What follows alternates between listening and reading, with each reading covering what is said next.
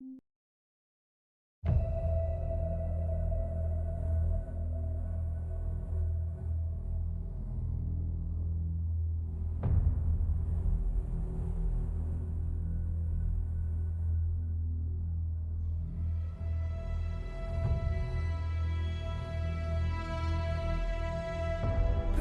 on the wrecking machine.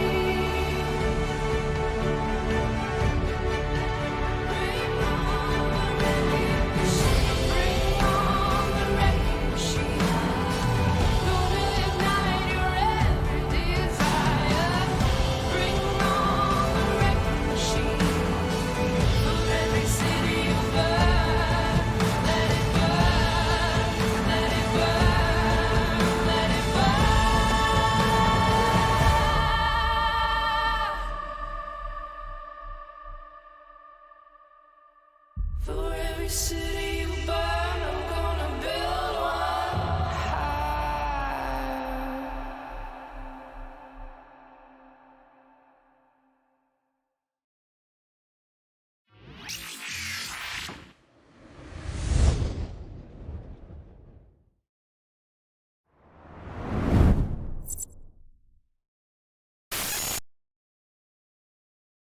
Greetings, fellow Empyreans. I am Ashtarothi, and this is the EVE Universe Show! How's it going, guys? It is the EVE Universe Show, and we do have a lot of stuff to go over today. I thought, with everything going on, that today would be a good day to just try to go over the story so far. But the problem is that there's a lot of stories so far. So I've tried this a few times, but we're going to try like a speed run of the lore. So I'm going to focus primarily on things that are related to this, the current events, what has been going on, and what I think is going to be happening next. And we're going to go through quite a bit of history, and we're going to try to avoid as many rabbit holes as we can besides that path. So if it feels like I'm just dancing over a topic, or you want to know more, chances are I go into it further in my videos on my the other videos on my channel, or if not, you can always send me a message and we will dig into it further. But before I go into that, I do want to say that we do have some prizes. For those of you who are watching it live, today is the second to last day for you to enter into the Build a Gate competition. So if you have any the Galente loyalty tokens, the lost mails from ships before the deadline, and I think I would take transactions of you selling the sheets dated before the gate completion. So there's still plenty of prizes to be won, and that's really excited. But if you're watching this not live, I do have something for you as well. Make sure to like the video and make a comment below. And two of the winners will get 200,000 or 200 plex. Okay, so that's going to be the first of a series of giveaways that I've promised to do, thanks to very generous donators. So we're going to experiment with that. So if you're watching this not live, you go ahead and leave a comment down below. Two lucky commenters will win. If you're watching this live, you have to go back and watch this when it's released. All right, so I think that pretty much wraps it up for like the. Let's just jump into it. I would like to begin with the words of a man named CCP Dropbear. Now, CCP Dropbear was the guy who created a lot of the lore, most of the lore involving Anoinkis, which is wormhole space, and Apocrypha. Again, don't want to get too deep into any given thing right now, but I just wanted to read this one passage from him. He gets accused that the sleepers should have been, like, they should have had rogue drones instead of touch on the sleepers for Apocrypha, because the rogue drones were already doing a thing, and the sleepers didn't really relate to anything. And he goes, the longer the answer is that the returning to the focus of the sleepers after the first time Cosmos allowed us to contribute to developing a plotline that is as old as Eve itself. So let me put your fears to rest. We weren't unthinkingly reviving something newer as to filler at the expense of using something else that is more established. Quite the opposite, in fact. Think about that. It may not make sense at first. Now, that's a key line. It's used in another chronicle. It may not make sense at first. The complexity of the sleeper story runs so deep that it may take some time to understand. Some time, indeed. But you should think about it all the same. If you ever want to understand, the pieces of the puzzles are scattered across the wide area in a stretch of time unlike any event Eve has ever seen before.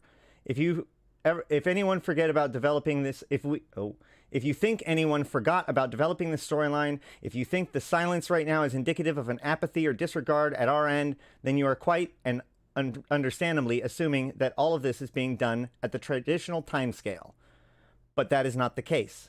All of it, is unfolding in real time. And it'll take either a genius or a collective effort to make sense of the whole form from the fragments that remain. We are watching and waiting for the day that comes when the Capsuleers will move this particular storyline forward. We are still waiting. So, thank you for that, Scott. So, the reason why I bring that up is not because we're going to be talking a lot about sleepers today, but simply that idea of it may not make sense at first, and the fact that the storyline plays out over time, okay? We're not reading a story, we are living and writing a story, right? And that's something to pay attention, or that's something to keep in mind as we go through all of the stuff today. Also, I just wanted to bring that up because a lot of people suggest that that CCP doesn't really pay attention to the lore, or it's all just scattered, or there's a bunch of like remaining trailing, like they ignore or drop plot lines.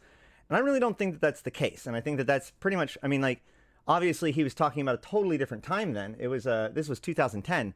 But I think that his words echo throughout all of the Eve story. So, without further ado, we begin with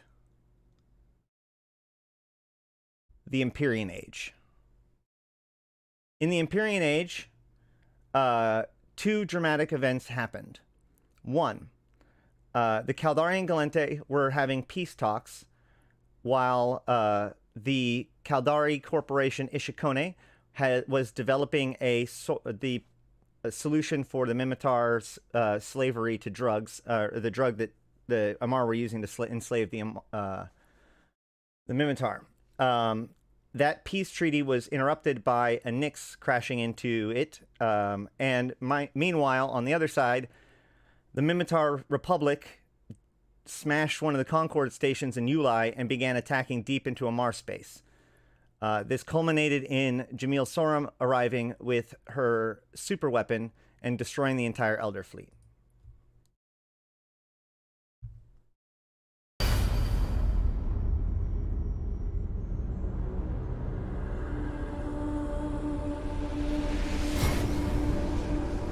The cycle of life and death was supposed to end with us. We were to be the start of a new age, a destiny of light, an empyrean age.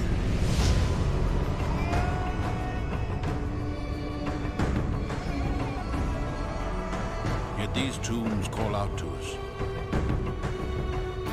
All the heroes and villains vanquished within cry out at once, begging for justice.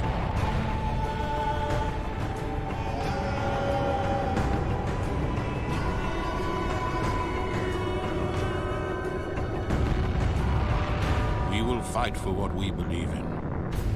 We will take a side, and our wrath will be furious.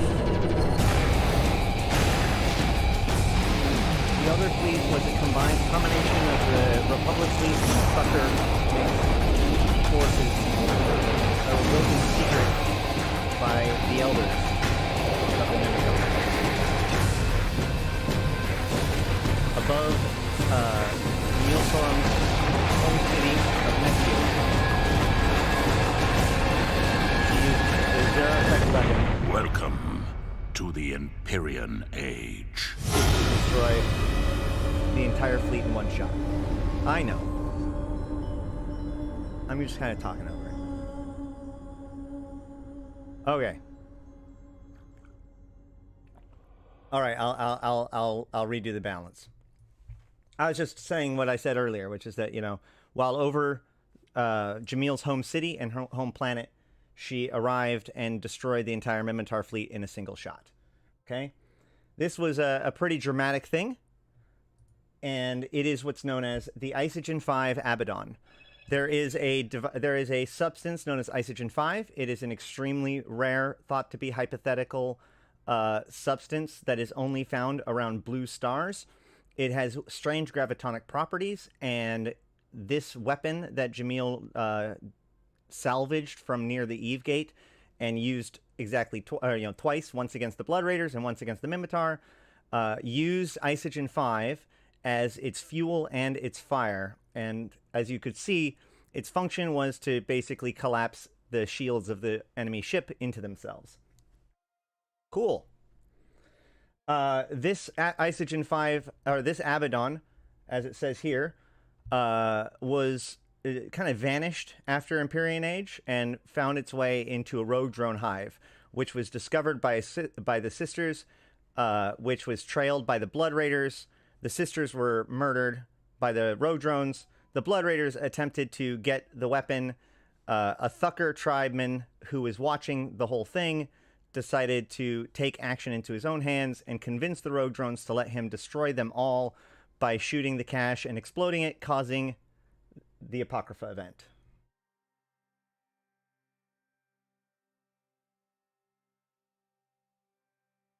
Yes, it is.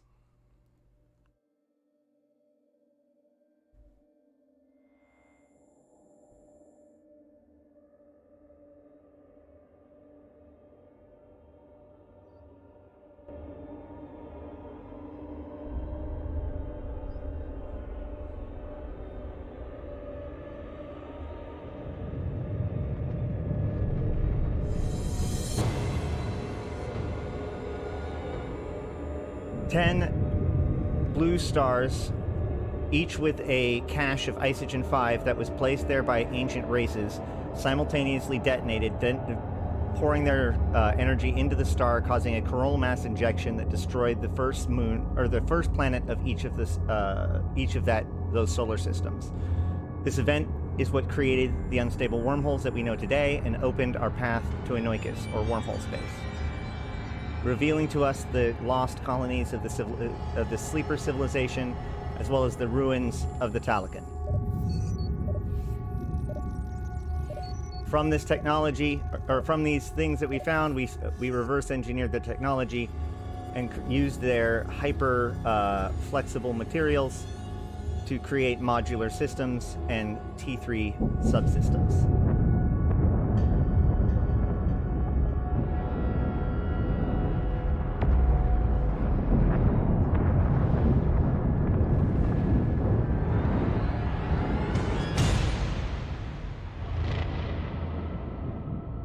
I forgot a video.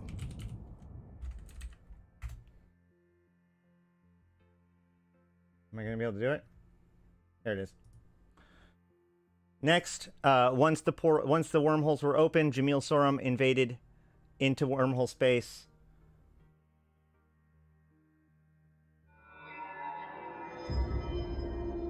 She and her scientists explored the sleeper conclaves, searching for technology.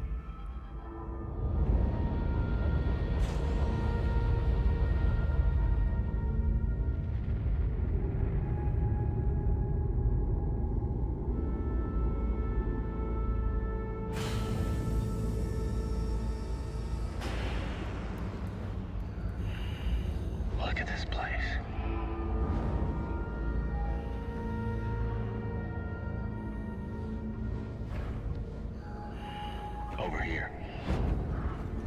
This one seems to be intact. They found was Okay, let's bring it basically in for analysis.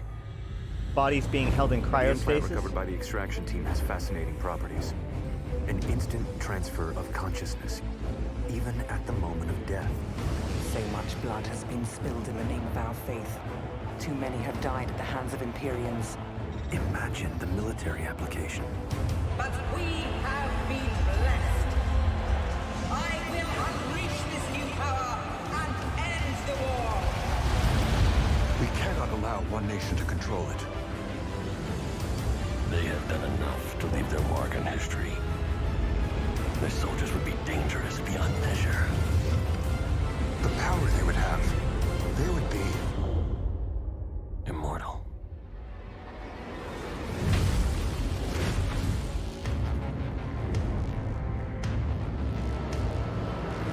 So these Templars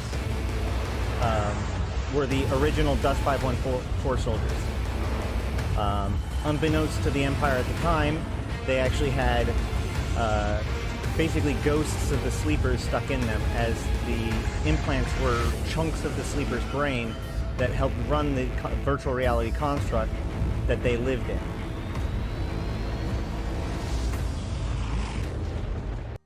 This did irrevocable damage to the sleeper civilization. You can think of the sleepers as being like a matrix that has of people who have voluntarily entered into the matrix in order to live there, and henceforth has then forgotten that they are in the matrix.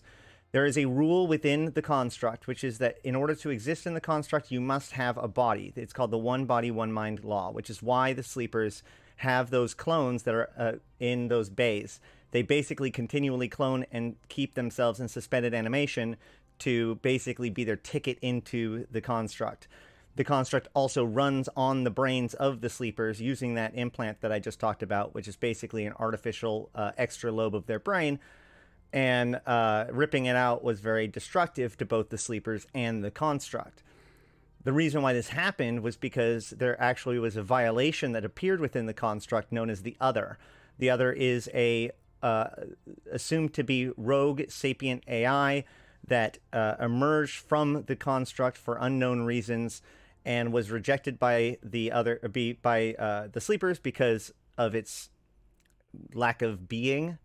It became angry and reached out, stitched itself into the brain of Jamil Sorum, convinced her to do all this stuff, weakened the sleepers, and took over the constructs, and then proceeded to seek a plan to escape the construct once and for all.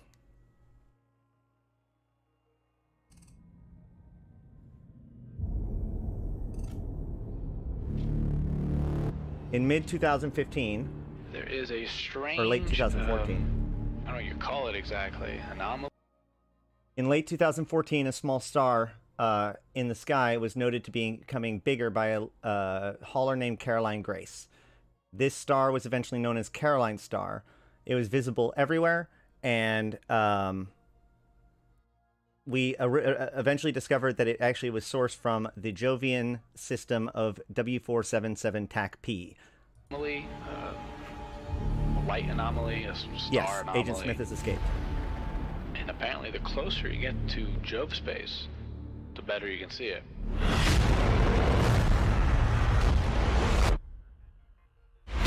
It has been nicknamed Caroline Star. Whatever happened there, it's massive. What caused that whole thing to happen? Jovian stargates have gone offline. The circadian sleepers have also been appearing. All those things have been scanning everything that comes near them. The unidentified structures that have been popping up and disappearing. They are listening to you. Preparing to explore, preparing for war. Is it possible that the sleepers have found a way to break away from the construct? There's no telling what they might do out of self-defense. Maybe the sleepers are the ones needing the body parts so that they can reconstruct bodies, because their actual bodies have withered away.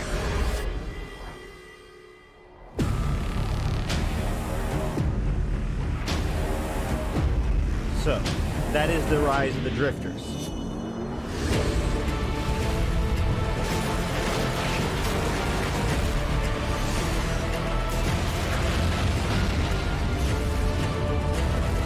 has been accused of being the greatest threat to the cluster. Then again, it was by another group that was also accused of being the greatest threat to the cluster by a different group. So, I suppose, make your choice.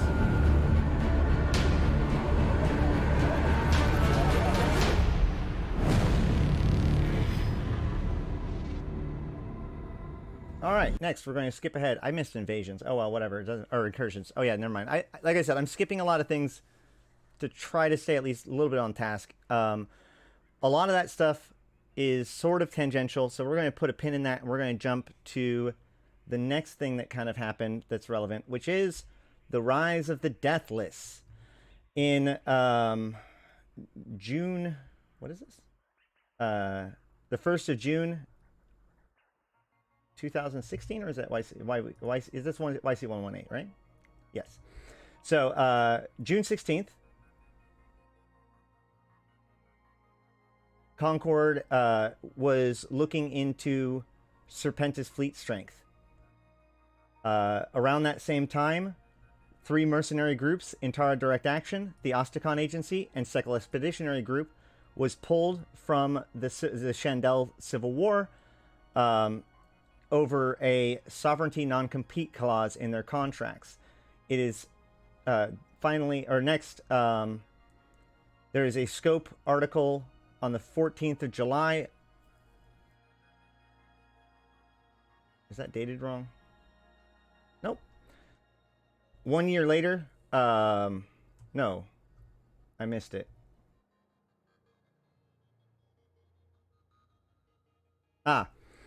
Sorry.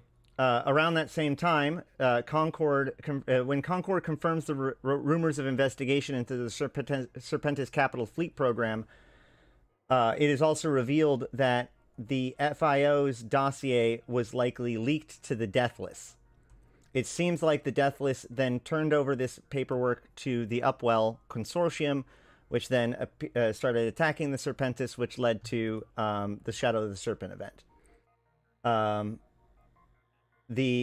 So it was said that this was done by several mercenary corporations previously active on the planet Shandel, right at the same time as these mercenary groups were being pulled off. Okay, so that's the introduction of the Deathless. He kicks around for a little while. He shows up a couple places. He's described as a 30-year-old male with black and red skull printed bandana. He shows up a couple times. He's reported in the Corolla constellation, but nobody knows. And then he kind of vanishes from view at about that time. This is around when the Drifters assassinate Jamil Sorum. I suppose we could show. Oh no, that's the Imperial. That's the sorry, around the coronation of Caddis. All right. Which leads me to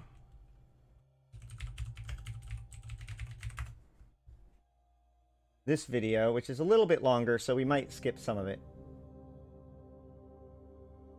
These recordings, released by Concord, show the capture of a heavily damaged ship found drifting a few days ago in the system of Rainilles. No information has been released on the whereabouts or the fate of its crew, but within hours of being boarded, the ship was towed to the Concord Directive Enforcement Department headquarters in Ulai. There it remained quarantined outside the station for 48 hours before it was deemed safe to dock.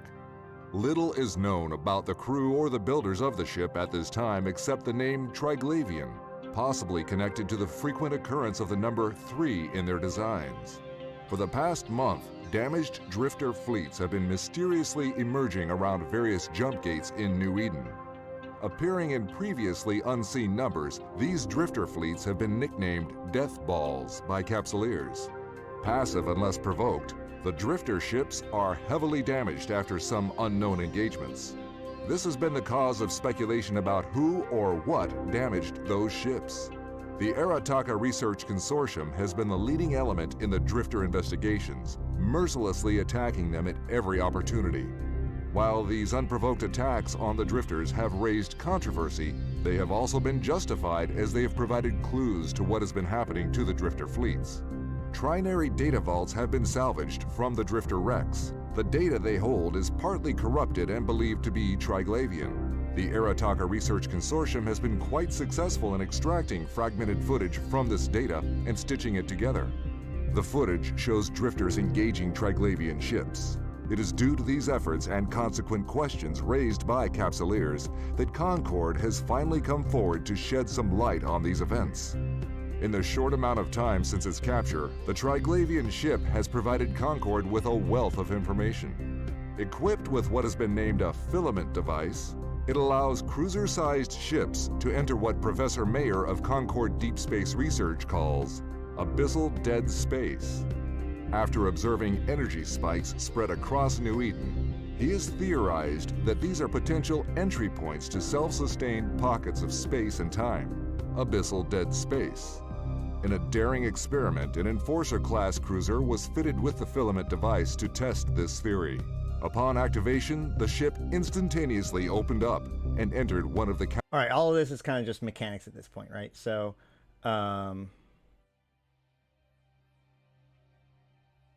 several months later, the Triglavians began, or about a year later, of us plunging into the abyss to go fight the Triglavians and collect their stuff. The Triglavians began invading into known space.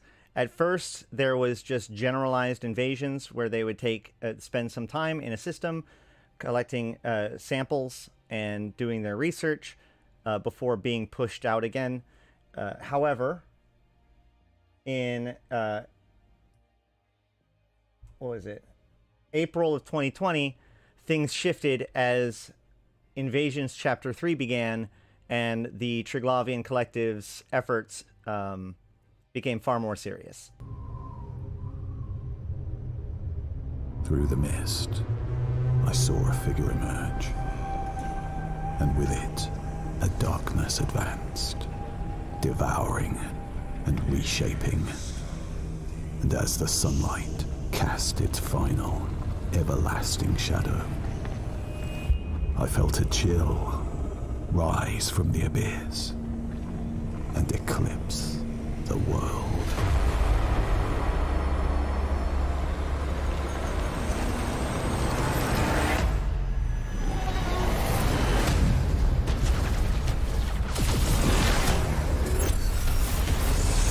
So the Triglavians would begin invading individual systems rather than areas of systems, and Triglavian and Incom forces would fight with one another, aided by player groups of both sides, in order to gain control of the system once and for all.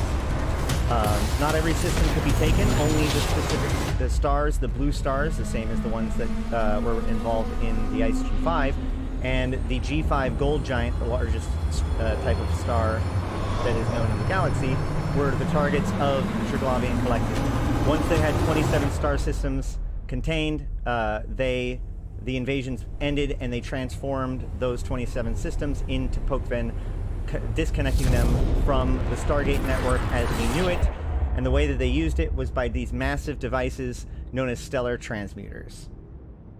These stellar transmuters shoot a red beam into the star, changing it from blue or yellow to a deep, dark, sick purple blue.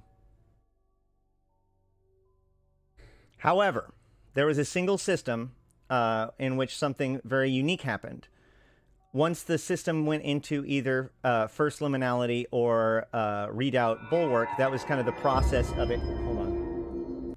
That was the process of it working its way towards being locked in for one side or the other.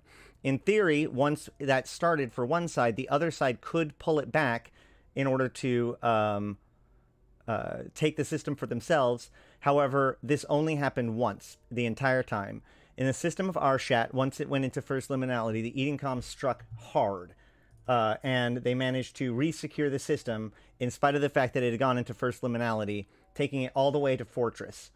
Now, unfortunately, this event weakened them, or took up most of their energy, and so when the system of Niarja went live directly after, they were already on their back foot, one of the dominoes that led to the fall of Niarja.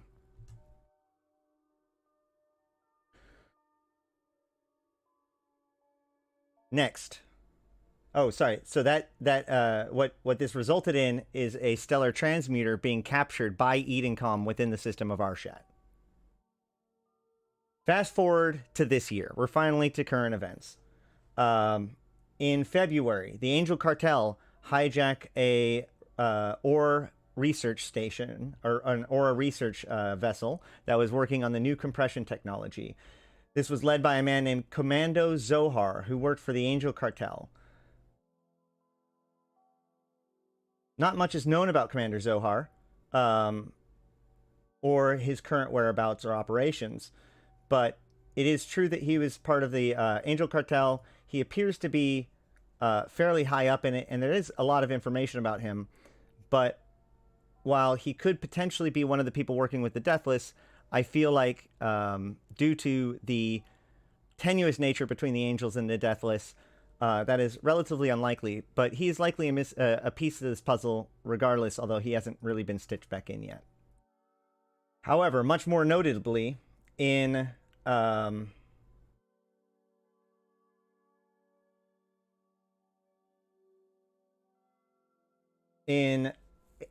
once again, April of 2022,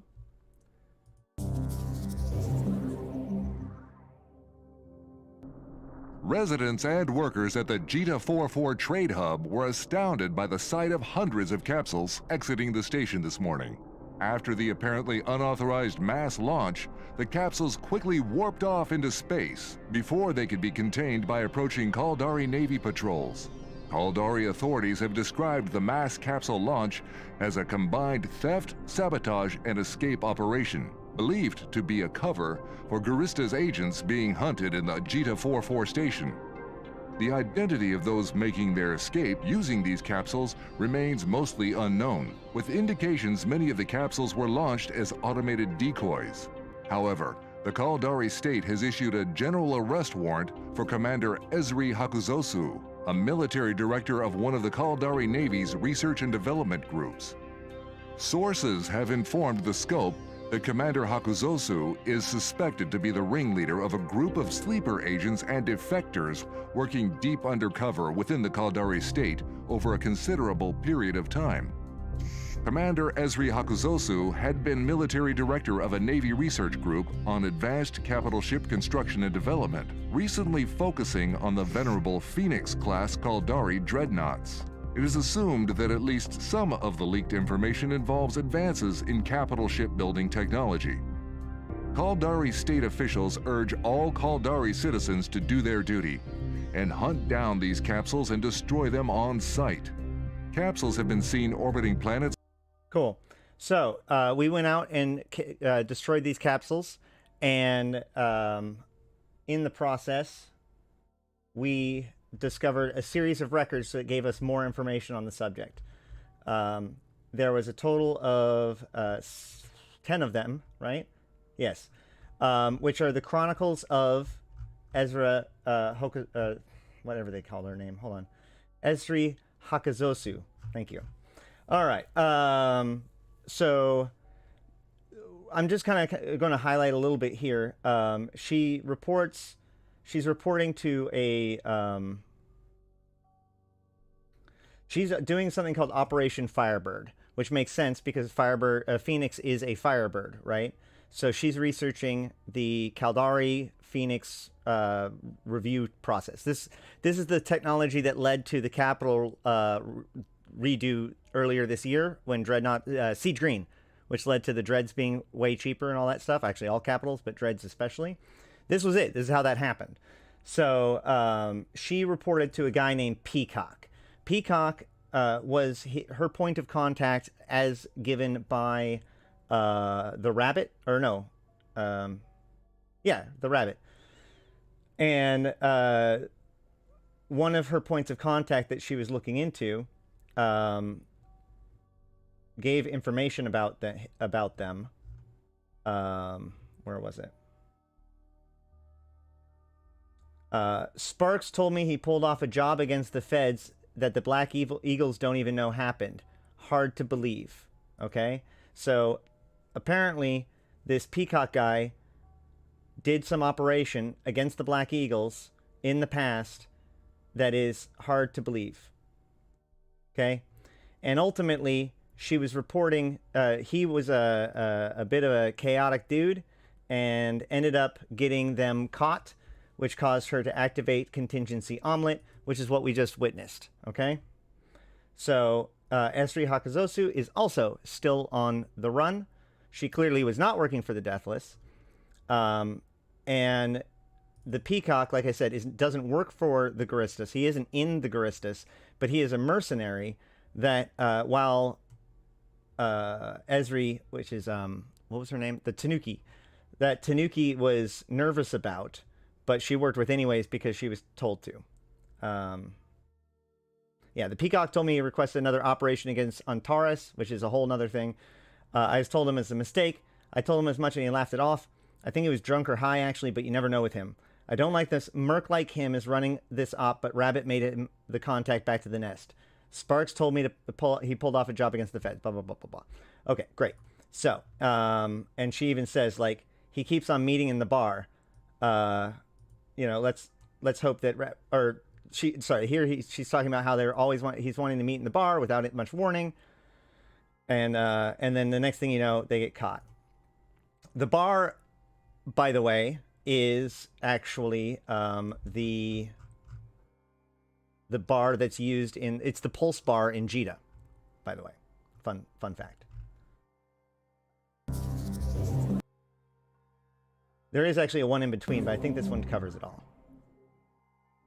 Concord has made a major breakthrough in its fight against a rising tide of smuggling, uncovering a major network of smuggler and mercenary bases. Nope, that's not it. Wait, is it? Hold on, no. Let's go for this one then. After almost 2 weeks of intensive hunting for Guristas' hijacked capsules in and around the Caldari State and Venal regions, search activity is ramping down. Although many of the infiltrator capsules were destroyed by Capsuleers and Caldari Navy forces, significant numbers appear to have reached safe haven in Venal or were rescued by Guristas' forces. The Guristas pirates have released a propaganda holofilm showing the successful rescue of the suspected leader of their spy ring, Esri Hakuzosu. Shown in Guristas' garb, the former Caldari Navy commander and military director of a Navy research group on advanced capital ship construction made no statement. As is typical for the Guristas, the intention behind the release seems to be to taunt the Caldari state over their security lapses and the failure of the Caldari Navy to capture Esri Hakuzosu. It has become common knowledge that extensive Caldari research data on dreadnought construction technology was obtained by the Guristas spy ring. It has recently become clear that data on a range of technologies hugely increasing the efficiency of capital component fabrication and shipbuilding techniques were also stolen by the spy ring. To add insult to injury, it appears that the failure of the Caldari Navy to prevent this information from falling into Guristas' hands has led to the information becoming widely available to other empires and factions. Due to Capsuleer involvement in the hunt for classified Caldari data fragments, and their willingness to sell the data to all bidders, it is believed many factions will have acquired enough information to reduce their own capital ship and general shipbuilding costs. It is also rumored that a number of factions have acquired a lead in the acquisition of these technologies through a mysterious third party, speculated to be an underworld information broker and deal maker, involved in illegal arms trading, smuggling, and corporate espionage.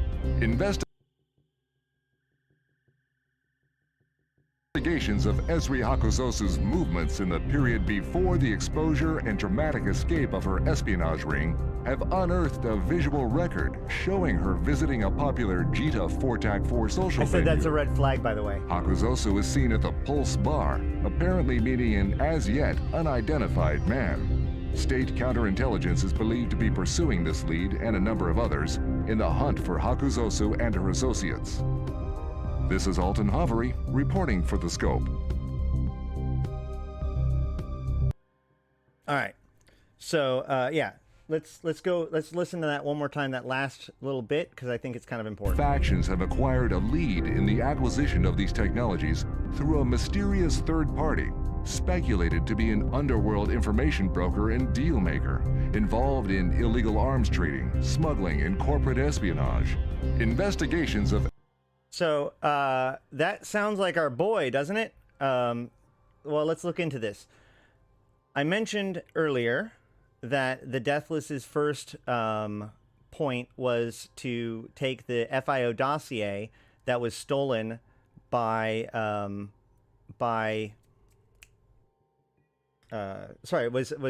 was leaked to him and then gave it to Upwell, right? About the Serpentis Capital Shipyards. Once again, capital construction, right? Both of these have a capital construction theme. And both of them involve leak information. And both of them involve the Senate. Because the reason why the FIO dossier got leaked was because it was sent to the Senate. It was after it was sent to the Senate that it got leaked. Which leads me to our good friend Leopold and Valari, the Peacock. The Peacock has been an agent of the Deathless for quite some time. As a high-level member of the Senate staff, he had access to the FAIO dossier and gave it to his buddy, the Deathless. Likewise, he managed to worm his way into Garista's politics, probably through his, he's basically just an agent of the Deathless. Being trusted by the Rabbit, he was placed into this position as a double agent to function as both a collector of information of the Garistas, but also, more importantly, for the Deathless. Once the correct information, that's why he was pumping the Tanuki so hard for information, like right now, because that he wanted it and to end it. And that's also why he was so reckless, because he wanted her to get in trouble. He wanted this whole thing to go wrong. Unfortunately, for everyone involved, the reason why he was at Jita in the first place was as part of the senatorial delegation that was sent to the Caldari from the Galente in order to negotiate peace treaties. Now, specifically, in the system of Intaki, the Intaki people are members of the Galente Federation. However, they are one of the last people to have remained. They're closer to the outskirt of the fringes of the Federation. When the Caldari rebelled, and the Galente attacked them brutally, the Intaki largely did not like this, and a huge chunk of them decided to leave and go and become the Intaki Syndicate. However, those who remain in Intaki remain in the Federation. However, the Intaki Prime itself remains in the war zone. This contested status of its location has led to several different events. In 2018, the Caldari State acquired the system of Intaki, and Lidai Corporation, as well as some others, began doing some turf wars on some of the planets, and ended up raiding the monasteries and whatnot for religious and medical equipment. Was allowed to leave with their plunder, and ultimately, several months later, came out with the subcranial nanocontrollers. Once again, rabbit hole we're not going down right now. Most important piece of this is that the Intaki have continued to be batted back and forth, and there is a rising demand from the Intaki to remain independent. In fact, because they didn't trust either side, there was an agreement that Mortis Legion would begin to defend the Intaki, which is why you can find Mortis ships in the Intaki system. Now, the issue is that there was a lot of volatility in Intaki within the last couple of years, especially leading up to this event. And ultimately, there was an agreement that was being made between the Galente and the Caldari in order to figure out how to deal with Intaki once and for all, like a peaceful resolution that honors the Intaki people. This was the senatorial delegation that was in Jita at this time. So that was the peace treaty that suddenly got exposed, that one of the members of that delegation was in fact a spy working with the Garistas to steal dreadnought tech from the Caldari. This ended the peace negotiations.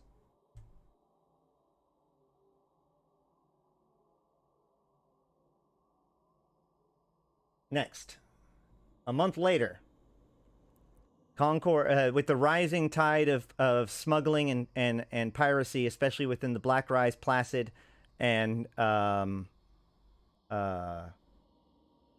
Ring regions, I think it maybe some more. There is a meeting that was held by Concord in order to go over everything.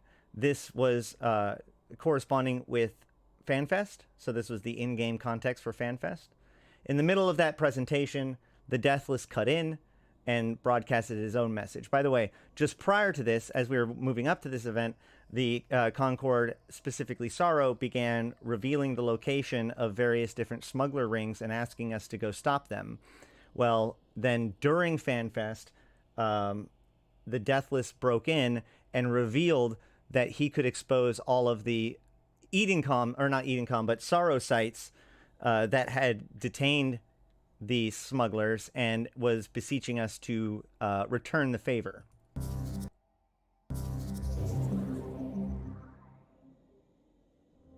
Capsuleers attending a session of the Interstellar Anti-Smuggling and Counter-Piracy Conference at the Jita 4TAC4 Trade Hub were surprised when a Concord presentation on rising smuggler activity was apparently hijacked by the very same smugglers. Platitudes, blandishments, lies. You of all people know that Concord and the Empires have no interests in common with you. They have done nothing for you. They shall do nothing for you. How long will you listen to their empty words? In recent days, as is their pitiful habit, Concord has made use of you to advance their own agenda. These free trade outposts you have so willingly cleared of my associates have been taken over by Concord's worst, the Cerro. Perhaps you don't believe me? Check for yourself. I have broadcast the new signatures of those sites to all. Why should you not destroy the Sorrow bully boys? They have always sought to control you. Do their bidding no more. Open your eyes. Seize your destiny. And, if you would, join me, the Deathless. Embarrassed by this intrusion, Concord officials have refused to comment on Sorrow activity at occupied smuggler outposts, other than to state that measures are simply being carried out to ensure the complete eradication of illegal smuggling activities. Any recent improvements in the strained diplomatic relationship between the Gallente Federation and the Caldari state have been overshadowed by claims that a Gallente diplomat was involved in a massive spy ring operating within the Caldari state. The Caldari State's chairman, Akimaka Saraki, delivered a fiery speech in a live broadcast from the Caldari Chief Executive Panel yesterday. The scheduled speech was reportedly originally aimed at promoting interstellar diplomacy due to the ongoing Jita 4TAC4 summit. However, with state corporations and citizens expressing outrage over the new allegations, the delivered speech leaned heavily into patriotic rhetoric and evoked previous hostilities with the Gallente state. Just a little fashy. Just a little. We remain Caldari, no matter the cost. No direct response or comments have been made by the Gallente Federation so far, but Federation Navy and Customs Forces have been placed on heightened alert status. This is Alton Hovery, reporting for the Scope. So this is when the plan starts to come together, okay?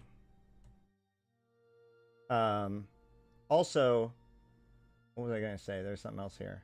Oh,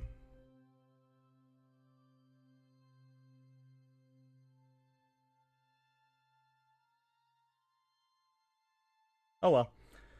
Next, during Federation Day, it was a big celebration. Federation Day is the founding of the is the birthday of the Gallente Federation. However, overshadowed by the festivities on the other side of the cluster, or at least HiSec, Arshat was being fortified. That stellar transmuter that was captured by Edencom, the Amar began building facilities and fortifications around the Arshat constellation. Oh, yeah, that's what I was going to say. What you were saying, Solstice. Contrary to popular belief, or contrary to what is suggested, there has been no way to actually join the Deathless group yet. I think he was just suggesting helping them through the course of that event, but we'll see. All right. So this is in June? Yeah, June.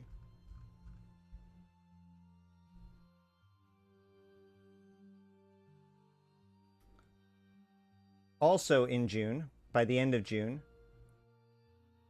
the Edencom facility began decloaking. This was previously unknown. This is a previously unknown facility in the system of Othanoon.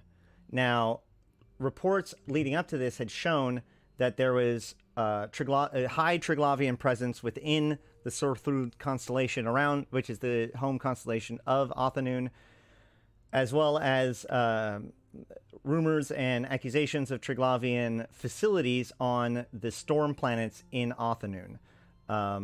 The Edencom facility itself was cloaked around Othanoon 5, but sometime around, like I said, June. The cloaking devices began to fail.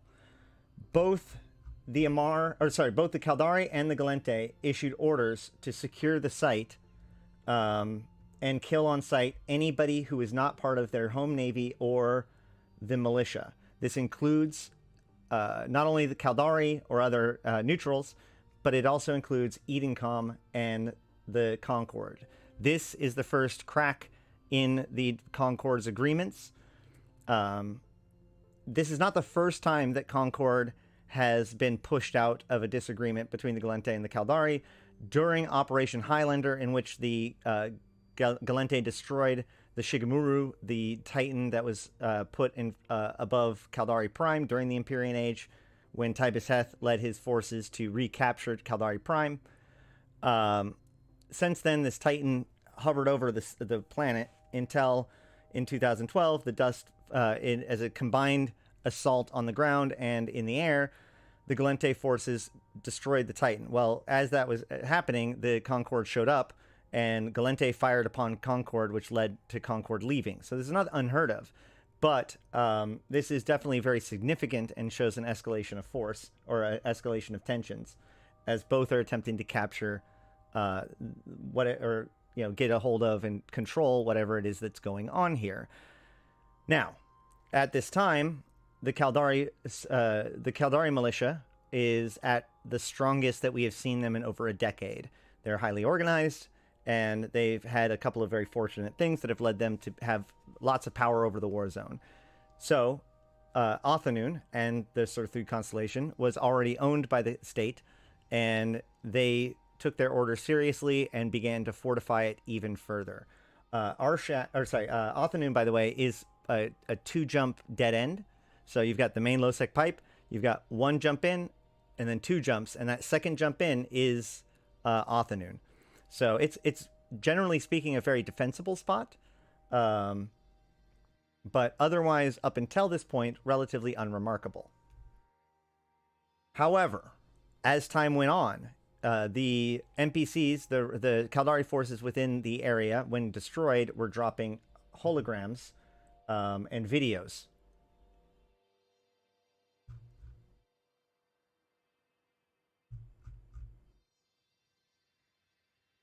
Do I have the videos?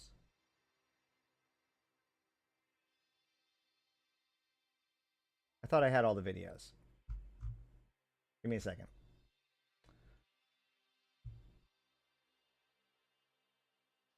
Oh well. I think we can at least get the main one. So there was 2 sets of videos. There was a set of videos in which a set of soldiers were going through the inside of a facility. The power is out. They find a dead body, and they report it as another one.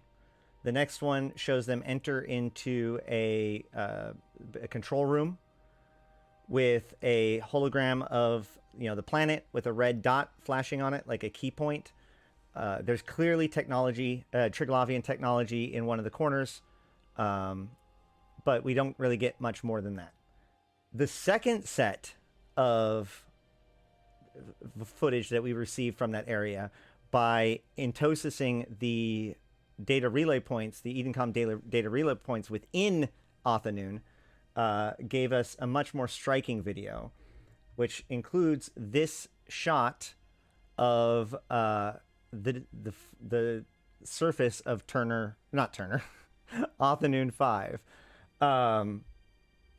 Now, seconds after this shot is taken, the drone is killed by this guy in the middle. But that is our first picture of a Triglavian facility.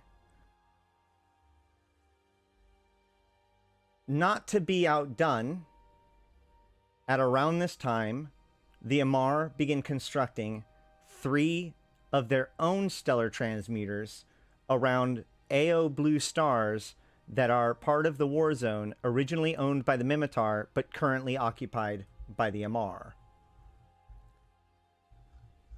This leads to both sides announcing that they want those positions secured as these structures begin becoming manufactured. I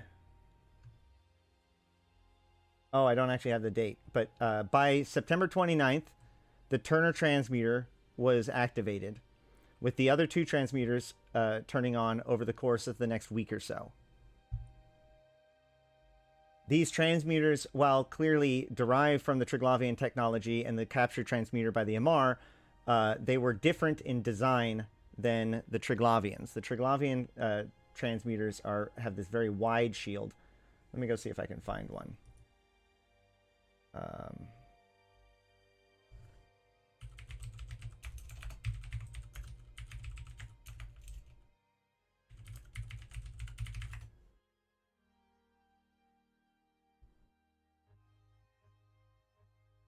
Well, this is it from a distance. Is this going to work? So you can see it's a very different shield. And the transmuter's there in the center. But otherwise, it seems functionally very the same. There are 3 exhaust ports in the back of the Triglavian version that seem to be appearing to creating those the little science balls that the Triglavians use in their ships before they dissipate out. This effect does not appear on the Amar ones.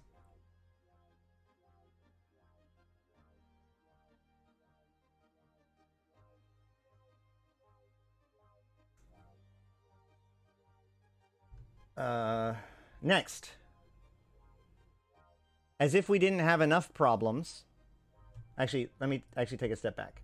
Because one of the things that happens here, with the stellar transmuters being turned on, there's a absolute threat. There's a threat of those something going terribly, terribly wrong, and killing everybody within the system. This is why the Amar used Mimitar systems, because to them they're basically building their experiments in their own slums. The Mimitar did not take it that way, obviously. So this was a big problem. And the tensions at this point had gotten to gotten so high that Concord itself and the very agreements between the empires were beginning to fail. Specifically, there was a contention between how Interbus is going to participate in the evacuation of these transmuted star systems, with it seeming to be that the Amar being intent in making sure that people have a tough time leaving at this point. This culminates in a meeting of that Interbus in which all 4 empires representatives basically get into a giant argument and leave without seeking a resolution. Less than 1 week later, the CEO of Interbus is dead from a heart attack. This leaves Interbus's future in quite a bit of peril. Without a leader and without support from the empires, Interbus could very well just no longer exist. Interbus is an important and seen as one of the highest jewels of the diplomacy between the four empires. The fact that there can be this totally neutral agency that just manages to make sure that things get to from point A to point B for everybody. That corporation, like I said, Hakuka Peruka was the CEO since they were beginning, and at this point he dies of a heart attack while in isn't he in Uli? Yeah, while he was visiting in Uli, which is where Concord and Inner Council usually meet. It's the Concord home system.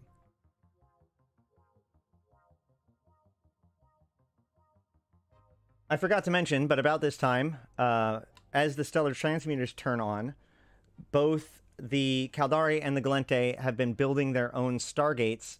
The Caldari have been building theirs in Samanuni, and the Gallente had been building theirs in Amignon, both of which pointing towards the system of Othanun.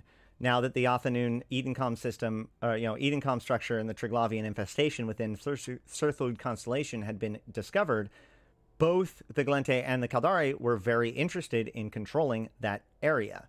So they began their construction, and once it got far enough along, they announced that both of them would like their militia and other supporters of their empire to collect ore and bring it to Othanun to build the Othanun side of the Stargate. Thus, the competition to the Frontiers event on that side began. Now, shortly after Hakuka dies, the Caldari state complete their Stargate, which allows them to activate it. Around that same time, even more Triglavian activity is detected as Triglavian facilities are found throughout the constellation, which activates the research project, which the Caldari stomp, by the way. So freer about buildup, etc., etc. Then comes the announcement of Evermore. From the ashes of Interbus and the confusion therein, the new CEO of Evermore, who is Alexander Tukasi, he takes control of Evermore with the blessings of all four empires, and I think it was the son of the CEO, who is a board member. And this guy has great ambitions for Interbus. He doesn't want Interbus to just be a matter of, just a hauling group and, whatever, that's maybe not being able to fund itself very well. But he sees it rather as something that is greater, having higher potential. He says, far from safeguarding Interbus's future, the empires have sacrificed it. Oh, no, sorry, that's the wrong one. He wants to crawl out from under the constraints of international politics and expand beyond their core mission.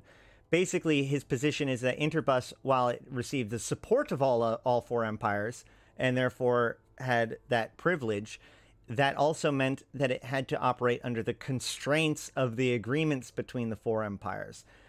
Having been now a privatized company, Interbus, as part of Evermore, is free to operate without those constraints. Without those constraints. Which leads to the announcement of Paragon, the first major corporation. Now, Evermore had purchased several corporations and founded a few more right away. The corporations that they purchased seem suspiciously related to the kind of thing if you wanted to make a space colony of immortal clone soldier mercenaries that you could use to, say, I don't know, secure your transportation ships in an increasingly troubled cluster, right? So, on top of that, Paragon emerges with the very first artificial intelligence CEO and operator, or executive officer and CEO and main operator, Iris. Iris is spooky for various reasons, but so far so good.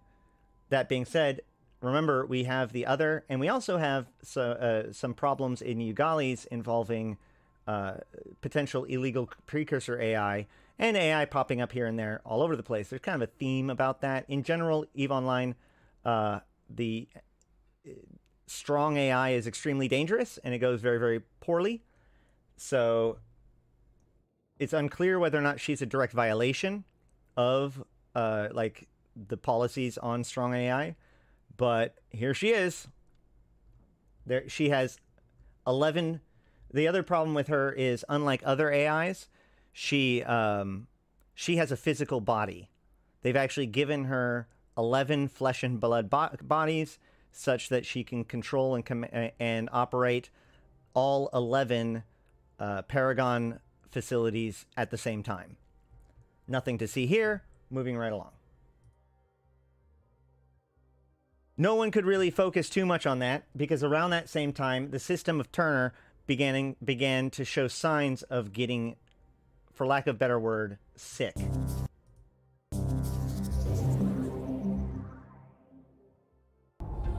Deep concerns have arisen across New Eden following the Amar Empire's activation. One last thing, though, I will point out about Iris. Remember, all of this happens in days. He's assassinated. I mean, he has a heart attack, and the next day, the new guy Ducasi becomes the CEO, and within like a day or two, they announce within 2 days they announce Evermore, and a couple days later they announce Paragon. So if you want to think about this as being like a brand new idea, that means that Iris was created entirely in a week. I doubt that. So the question is, how long has this been planned for? Of prototype stellar transmuters in the Amar-occupied Minmatar systems of Turner, Vard, and Egmar. The constellations these systems belong to have also seen increased Amar Navy and Minmatar Republic fleet activity in recent months as Imperial forces aimed to capitalize on the strength of the 24th Imperial Crusade's occupation of much of the war zone. That these apparently experimental stellar manipulation projects are taking place far from Amar population centers and in occupied territory has fueled rumors that such experiments bear a significant risk of system-wide catastrophes. Active fighting in and around their locations has only further alarmed the interstellar community. The Amar Empire's Captain Marshal Sirdan Zerkosh has dismissed protests at the Amar actions and claims that imperial law and interstellar treaties permit infrastructure development and resource extraction in occupied territories. Republic Ambassador Ketan Yun has described the Amar position as delusional arrogance. Republic Fleet Hetman General Actually, what Ketan Yun said is, and quite frankly, I think that Zerkosh has lost his mind. Filmer warned of the grave danger posed by the Imperial stellar transmuters in systems which are traditionally Republic territory and primarily colonized by Minmatar settlers. In response, the Minmatar Tribal Liberation Force mounted an offensive that captured both the Vard and Egmar systems, among numerous others. By this success, the Capsuleer fighters of the Minmatar militia handed control of the Vard and Egmar transmuters to the Republic. Despite the risks, the potential for advances in energy and resource collection technology apparently seem high to the Republic as well as to the Empire. Following the capture of the Vard and Egmar systems, there are no signs that the Minmatar are about to shut down the stellar transmuters. It appears evident that the Republic plans to carry on with testing the technology and intends to develop it for its own use. In the face of extraordinary developments in the Amar Minmatar war zone, both sides apparently remain wary of the risks of escalation to full-scale war between the Empire and Republic. Even so, the respective militaries of each empire are taking further steps to recruit Capsuleers to their cause. Access to new naval ship designs are among the offered incentives for assistance in the stellar research efforts of the two empires. A rapid deterioration in relations between the Caldari State and Gallente Federation is threatening to become critical following a number of recent incidents and escalating conflict in the border war zone between the two powers. Earlier this year, a diplomatic crisis followed accusations of Gallente involvement in a massive spy. I have to point this out. Here, a diplomatic crisis followed accusations. I don't know why, but CCP has managed to find, or this is the second time this has happened. I actually managed to get them to correct it the first time, but this is not supposed to be here. This is these are like the engine when it's not playing. These are the handles to control the lighting systems. So funny. Of Gallente involvement in a massive spy ring operating deep within the Caldari State. The mass defection of spies, and particularly the escape of ringleader and Garista's agent, Esri Hakuzosu, is believed to have caused leaks of advanced technology developed as part of the Caldari Navy Dreadnought upgrade program. Subsequently, the discovery of a derelict Edencom outpost orbiting Athenon 5 and the uncovering of an apparent Triglavian facility on the surface of the planet has attracted the attention of both the Caldari State and Gallente Federation. While the exact purpose and nature of the Triglavian facility remains unknown to the public, it is clear that it contains something of great value, as Caldari and Gallente naval squadrons have clashed frequently in the contested system. In the midst of the rising conflict, the Caldari State has constructed a stargate in the system of Samanuni. With the support of Caldari Capsuleers, construction of a connecting gate in the Athenon system has also been completed, giving the state a valuable advantage in recovering Triglavian technology. The Gallente Federation has likewise constructed a stargate in the Amignan system, but are still struggling to complete the construction of its counterpart in Athenon. The undisclosed technology rumored to be found in the Triglavian research facility on Athenon 5 and associated Triglavian relay sites seems to be of tremendous value as both sides compete in a desperate race to acquire a working understanding of it. Rapid construction of military infrastructure and signs of fleet buildups in the Samanuni and Amignan systems have additionally raised concerns that an all-out war between the two empires is imminent. Concord has urged diplomacy on all parties, but escalation seems set to continue. This is Alton Havery, reporting for The Scope. All right, this time I'd like to remind everybody, if you're enjoying this and you haven't done it already, make sure to like the video. And if you're watching this on YouTube, not live, you should leave a comment down below in order to get your chance to win 200 Plex. All right, so what happens next is the next video I have to show you is actually a video that came out earlier. However, I'm setting it right here in time, right? I believe that this video is depicting this time, like what's happening next.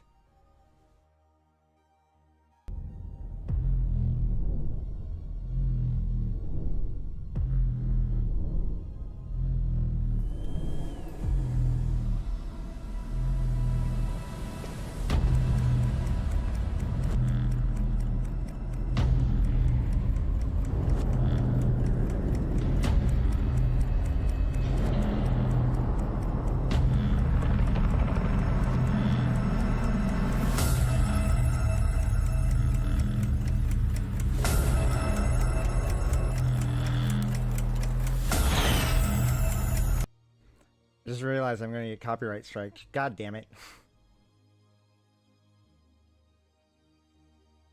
All right, so ticking clock, building up of forces, watching the Turner Star.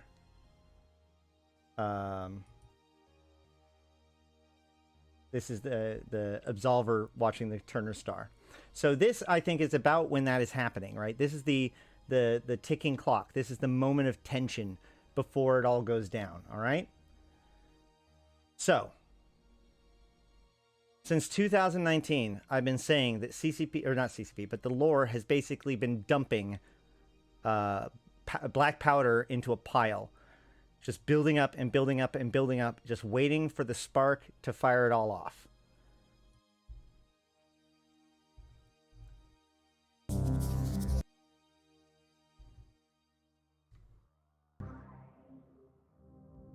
The Turner system's star appears to have been destabilized beyond recovery by the activity of the prototype stellar transmuter placed in orbit by the Amar Empire.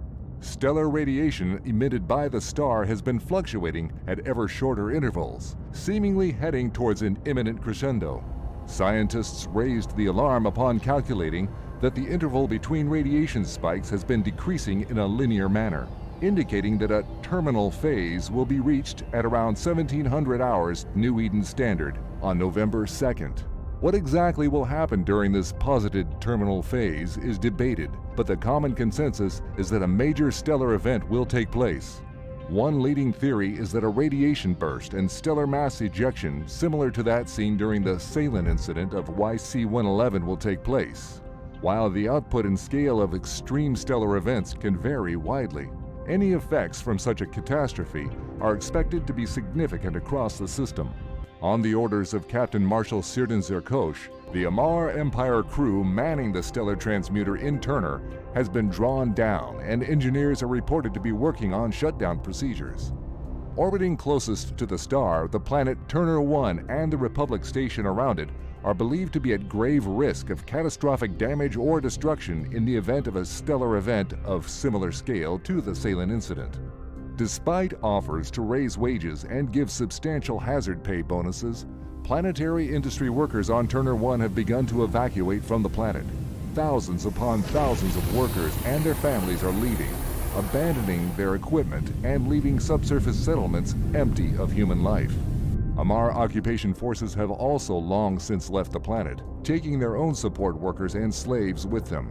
The only group willingly remaining behind are those nomadic descendants of the original Minmatar settlers of Turner 1. These nomad clans lived in isolation for generations before interstellar trade and planetary industry began to make their presence felt on the rocky desert world.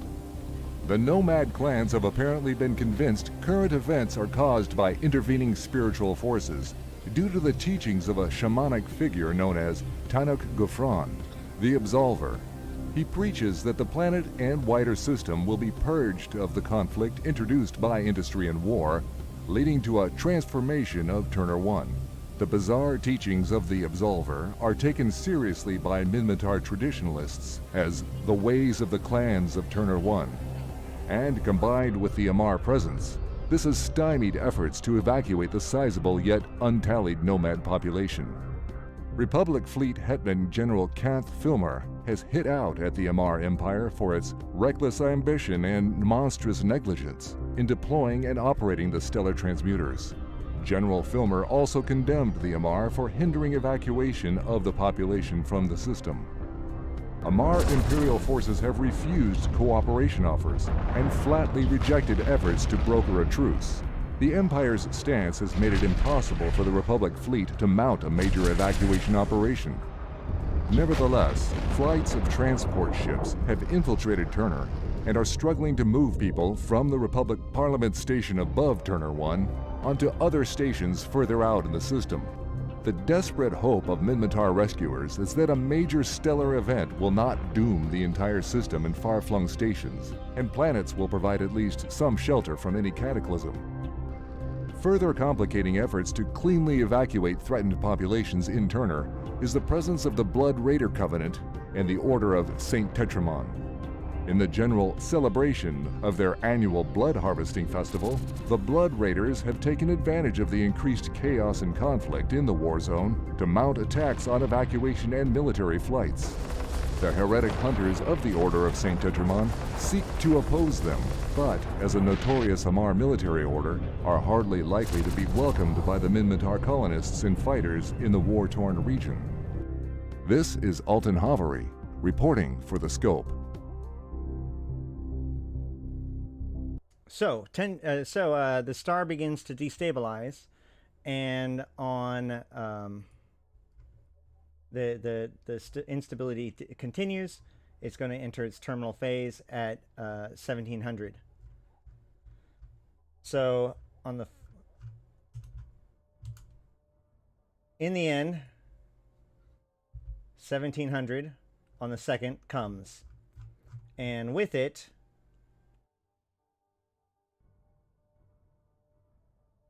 do we have a scope video? There.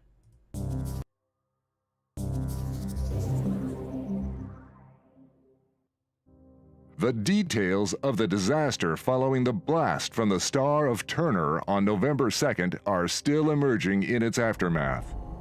Closest to the star was the Imperial prototype stellar transmuter, understood to have destabilized the star through its experimental operations. A skeleton crew of Amar volunteers stayed aboard the transmuter, and attempts to avert catastrophe continued until the very last moments. As it became clear that all hope was lost and the terminal phase was imminent, Marshal Zirkosh addressed the transmuter crew, thanking them for their devotion and service to the Empire, before commending their souls to God.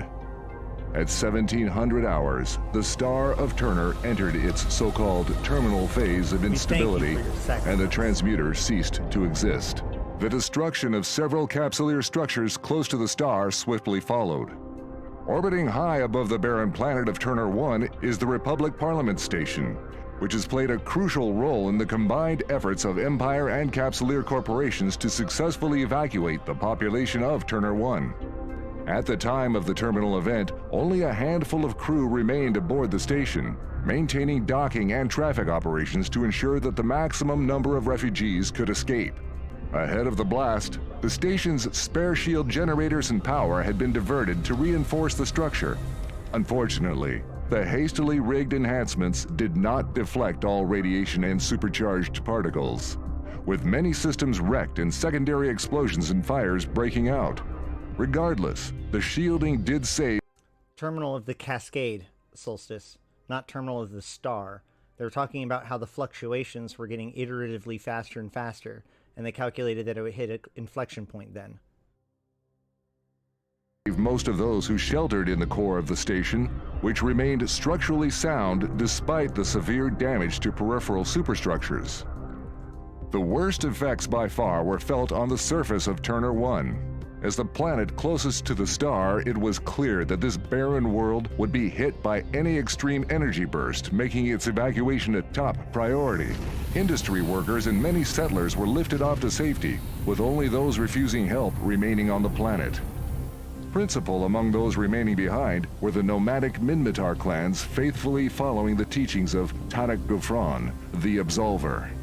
In a final bizarre broadcast from the surface of Turner 1, the Absolver encouraged his followers to embrace the spiritual forces about to transform the system. Turner 1 has been scorched beyond recognition by the effects of the intense radiation burst and bombardment by a wave of supercharged plasma from the star. So far, there are no known survivors from the surface of the planet. Despite many warnings as to the risks, a large number of Capsuleers placed their ships and crews at serious risk to witness what promised to be an extraordinary event. Unsurprisingly, these ships took heavy damage from the radiation burst, with shields and armor systems collapsing in seconds, leaving damaged hulls totally exposed. A number of ships were destroyed when rival Capsuleers exploited these moments of extreme vulnerability to wreak destruction on one another. The chaotic struggle in space added to the death toll of this already tragic day. It is now becoming apparent that the Turner system has been permanently affected by the extreme stellar event. The widespread destruction is almost superficial on an astronomical scale, with the local space-time environment being profoundly altered, leading to very high unstable wormhole activity. For its part, the Amar Empire has declared its stellar transmuter research program a success, despite the extraordinary demise of its Turner operations. Ominously, the Empire appears confident it has gathered all the data required to take their exploitation of the technology forward to the next stage of development. In the aftermath of the Turner tragedy, attention is turned to the stellar transmuters in Egmar and Vard, currently under the control of Minmatar forces. The urgent question remains whether the Republic is willing to continue experimental operations or attempt to shut them down. This is Alton Havery, reporting for the Scope. All right. So, a couple of notes. First of all, it was said earlier whether or not the Amar have like realized that they or gotten any at all like sheepish about it, and the answer is no. In fact, the Amar's official position is that they're urging the Mimitar to turn over the other 2-star transmuters to the experienced people, because clearly they're so dangerous. They seem to be completely not acknowledging the fact that it was theirs that blew up. It's just that the Mimitar are not responsible enough to have these complicated things. I'm not joking. They have gone like full Russian propaganda, I swear. Now, the other result of this is that now Turner has at any given time 10 or more wormholes connected to it. It actually has a new kind of wormhole that always points towards Turner, as far as I know, but it can be from anywhere. This makes Turner into the most connected system in K-space, right? I mean, it's not as connected as, say, what's it called? Thera, obviously, but there isn't a wormhole. As far as K-space systems, known space systems, Turner is the most connected system, and the only K-space systems system that I know of that has what you could consider statics, i.e., will always have wormholes. As of yet, according to my report, people's reports to me, no group has yet really moved in to capitalize on this. This is a interesting opportunity to be like a mini Pokefin, where like a group could be operating out of there and using those wormholes to get all over the place. However, like I said, I don't think anybody's done that yet, or at least not any big noteworthy. So I'm gonna, now that we have almost caught up, I'm gonna indulge in a bit of an aside, if that's okay with you guys. People have asked me, do you think that the Absolver and his buddies are dead? What happened to them? And I have been saying that I don't know, but it really seems like they should come back in a mysterious way, you know? Not just because I want them to, but because they teased the Absolver in the trailer, and then they introduced the Absolver by name like a week before annihilating him and his people. If that was the end of the story, then I would have to ask myself, why do we care? Why did any of that get talked about? Why wasn't it just the nameless nomads, you know? His mask is made of seemingly Triglavian technology. Now that the expansion is here, we can actually get his mask and all of their masks for our own.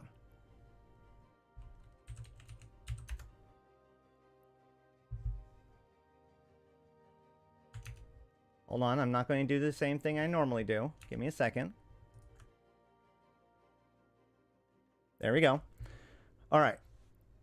So, this says, breather masks and similar accoutrements are a common sight in the desert and rocky environment, blah, blah, blah, blah, blah. Not the important part.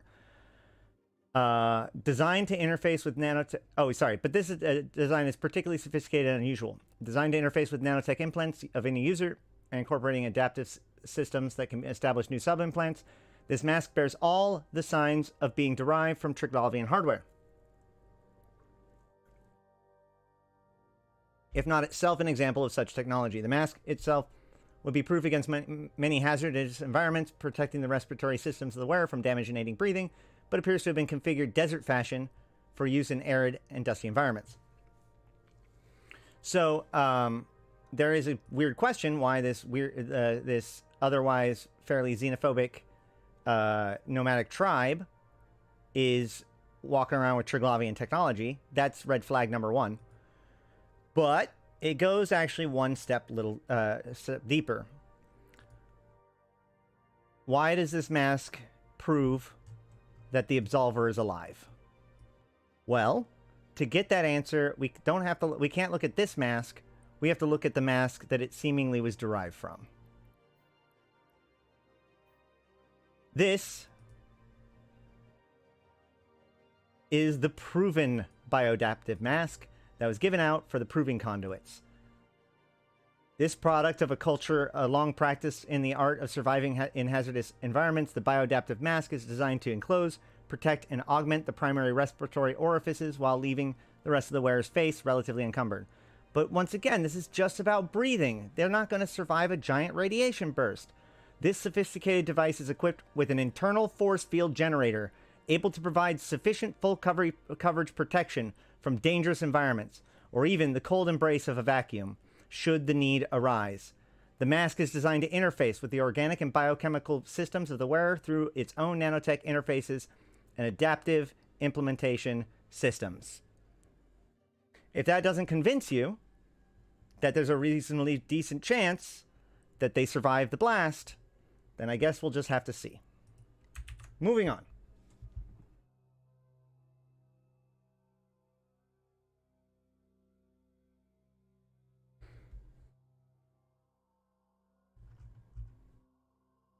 That to me is why...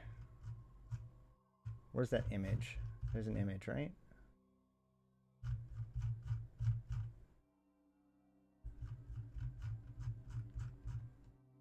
Boo. There was an image somewhere of like the Absolver holding up his arm, and it's like the last frame of before Annihilation. Nope. I don't know. Either way, so this was a huge deal. Suddenly, the star blew up. Meanwhile, there were signs that Vard and Egmar were also beginning to destabilize. With this tension all built up, and now the explosion having begun, both literally and politically, that in that context, this happens.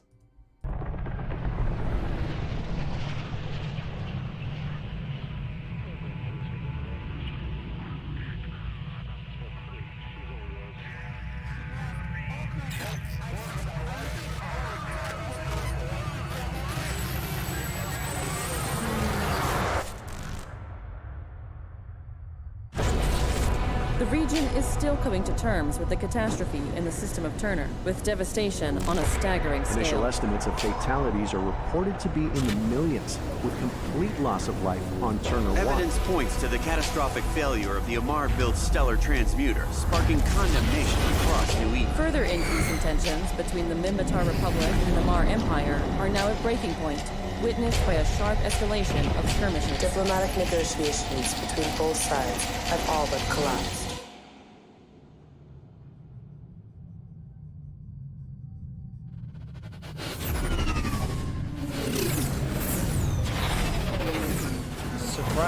Broadcasting live everywhere with shocking scenes of Federation ships invading Intaki and neighboring systems. This is a major developing situation amidst the current turmoil in New Eden. My fellow citizens, Stella time Sagar, has President come of the for Galactic Federation to rise and liberate Intaki, to recover what is ours.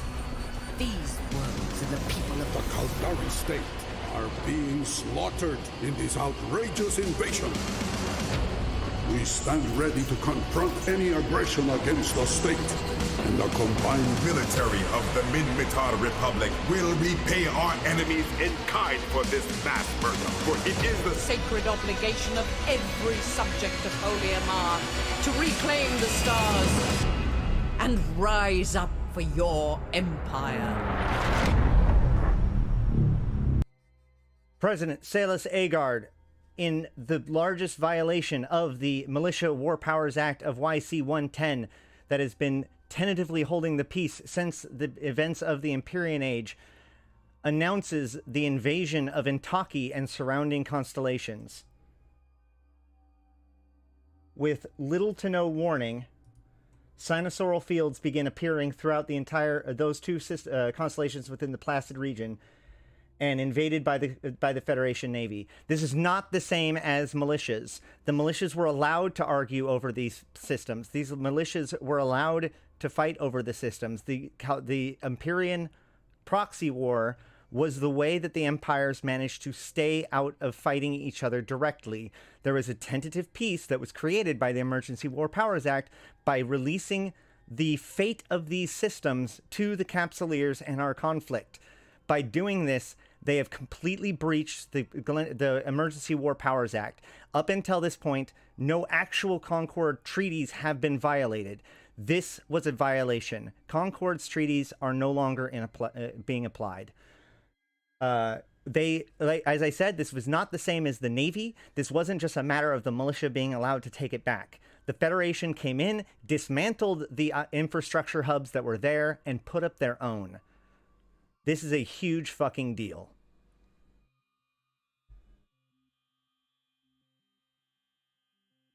From her address, she says, "My fellow citizens, the time has come for the Federation to rise and liberate Intaki, to recover what is ours. These worlds and the people of the Intaki, the wider Verret constellation, and I'm not going to pronounce that one constellation, has long been under the threat of the Caldari state occupation and ruthless exploitation of a system of authoritarian corporate rule. The state of affairs have always been intolerable to us, but our great democracy, a beacon of peace and prosperity for all, chose in the past to pursue a path of diplomacy and observance of law that has so often been cast aside by the mega corporations of the Caldari state. We can no longer afford to continue to follow this policy, preferable though it is.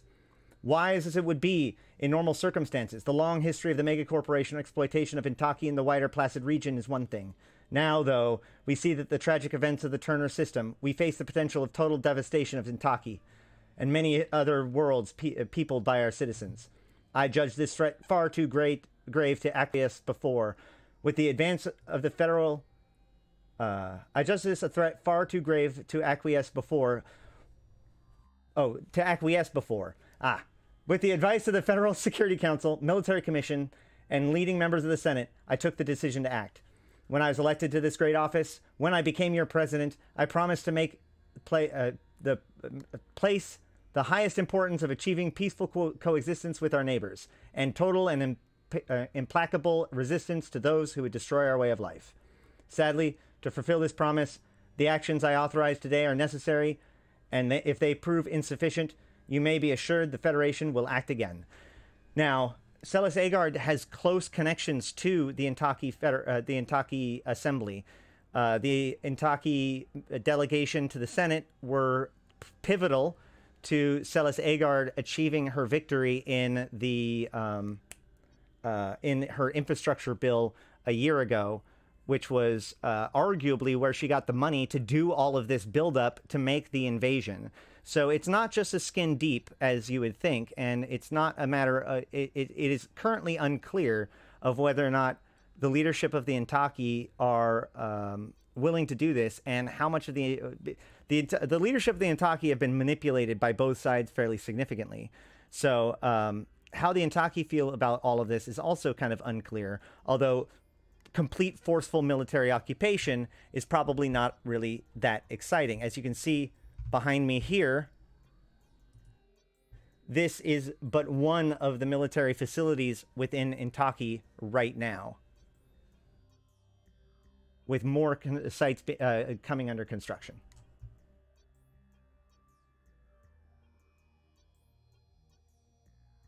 In response to this, rather than meeting in force, the Caldari state chose to invade Althanoon. However, unlike the Federation, they did not disrupt the infrastructure hub. Therefore, the Caldari state did not technically violate the Emergency War Powers Act. This is very critical because that means that the state is attempting to remain the good guys in this fight, having the political advantage. There's a video.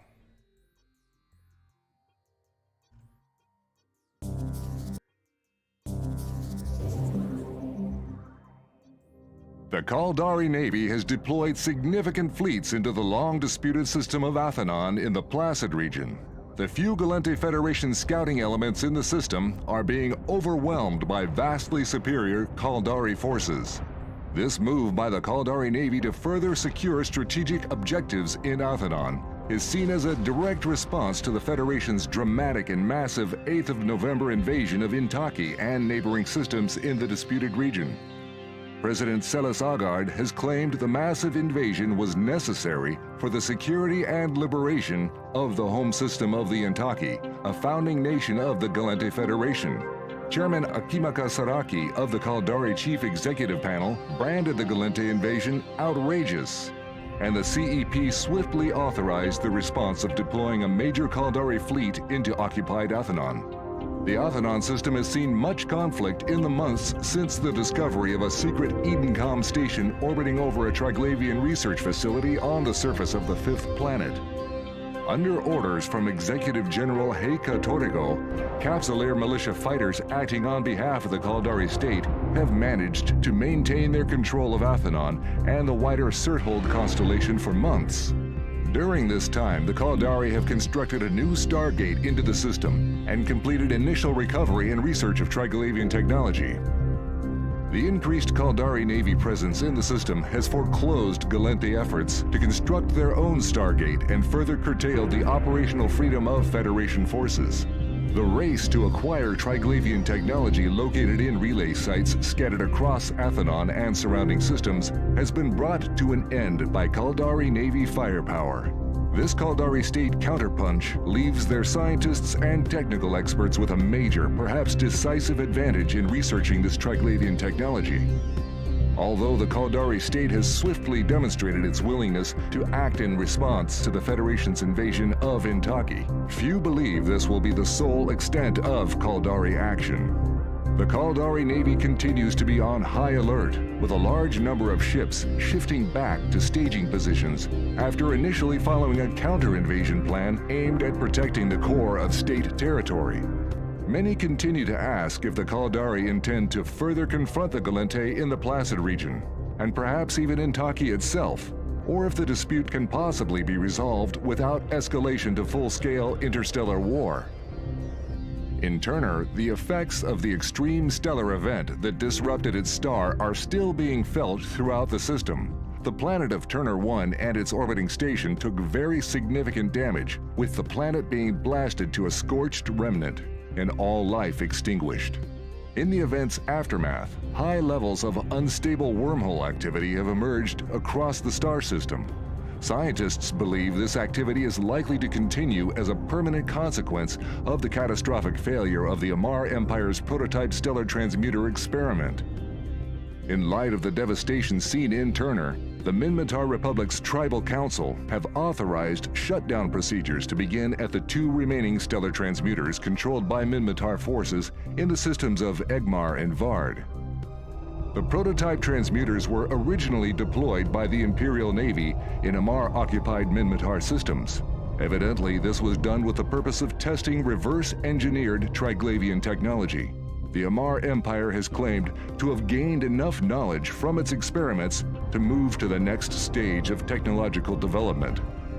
In a rolling offensive over the last 2 months, Capsuleers loyal to the Minmatar Republic managed to recapture Vard and Egmar, enabling the Republic fleet to seize the transmuters.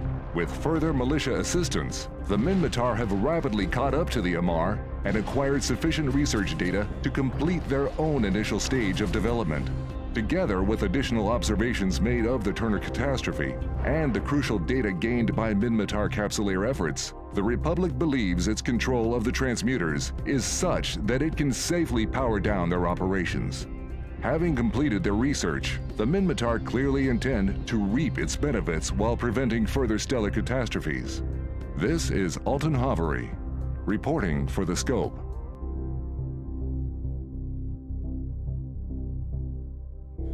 And that brings us to today. I did it! Less than 2 hours. We knocked it out. Whoo-wee!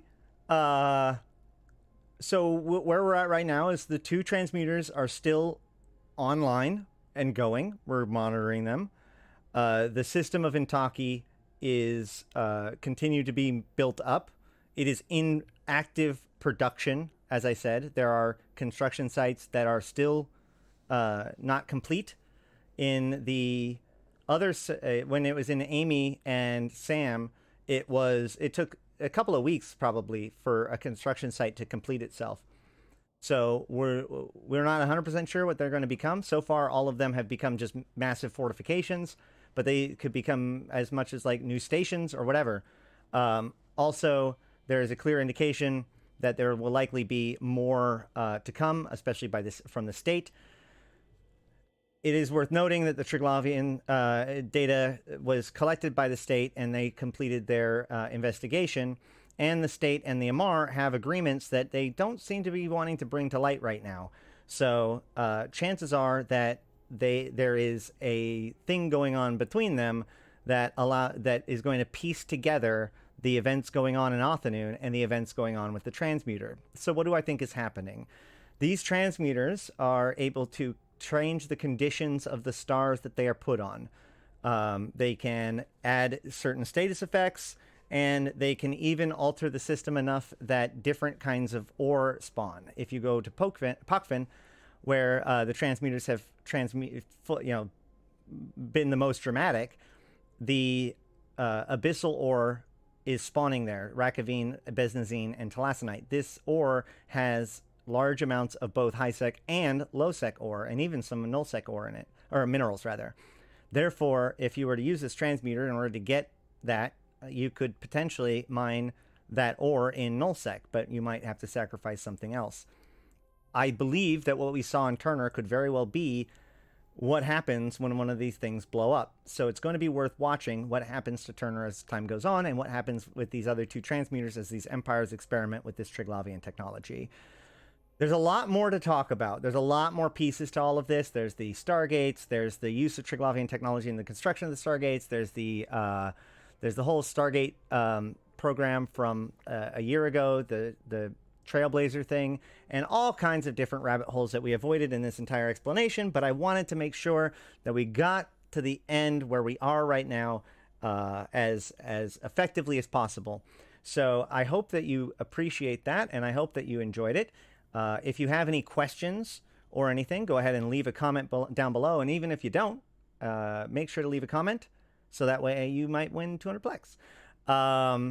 But other than that, to wrap things up, I do want to thank every single one of you for checking it out, watching, participating. And I also want to thank all my supporters, but in particular, my co-designers of Aradenika the Queen, Black Rose Noble, Dejat Lamont, Golden Age Stories, Midnight Space Monkey, Not Just Fun, Serenolin with No Eyes, Ciliana Vilesh, Talking in Stations, Nephilim, Grendel, and Zalnex with Eboleet, my Immortal Tier patron. Thank you guys. Thank you all. And without further ado, I've been Ashrothi, the voice of New Eden, and I'll see you in space.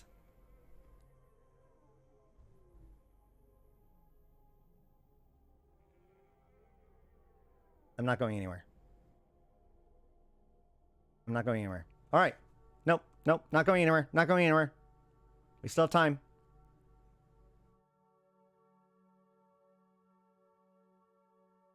Okay.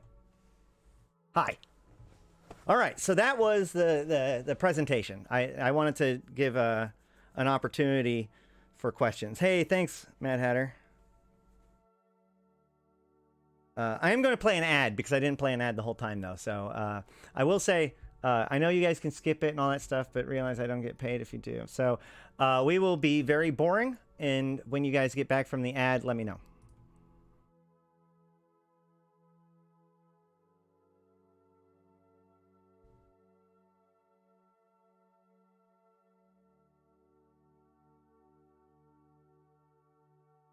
All right. I think that went well.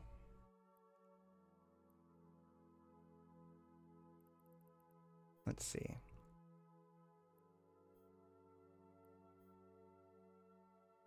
Infrastructure hub?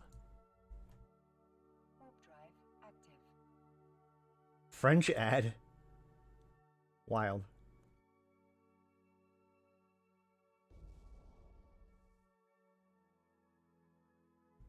I don't think that I actually I don't believe that the ones in Empire space ever did, or if they did, they weren't supposed to.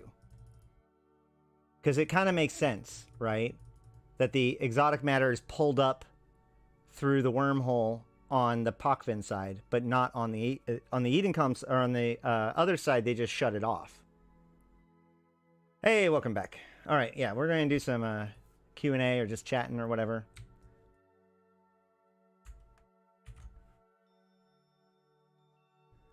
I've been on and off since 2006, but never dove into the lore. Yeah, no problem.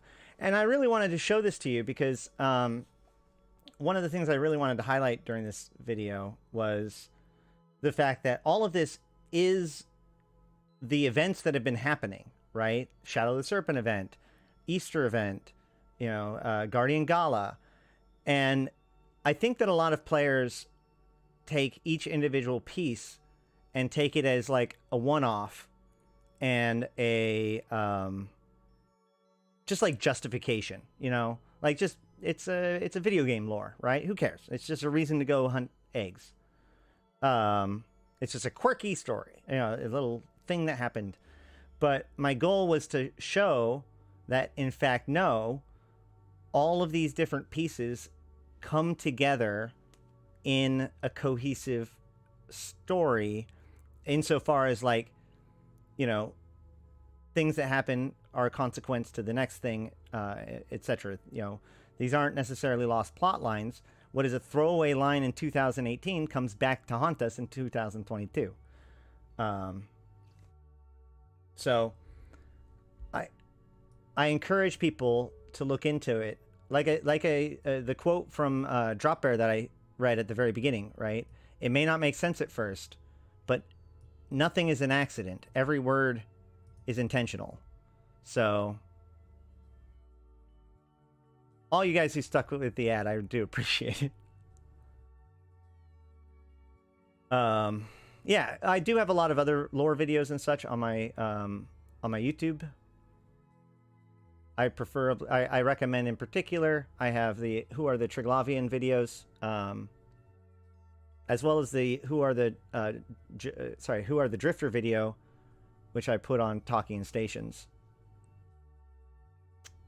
which I've played before. I probably don't want to just play it right now. It's relatively, I don't know how, I can't remember how long it is. Hold on. It actually tells a pretty good story of the lore, because there's a lot of recapping to do in order to make it happen, to tell the story of the Drifters.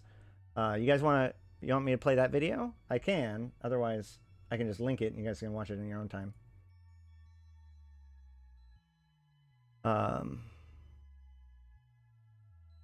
That's true. I do get, yeah.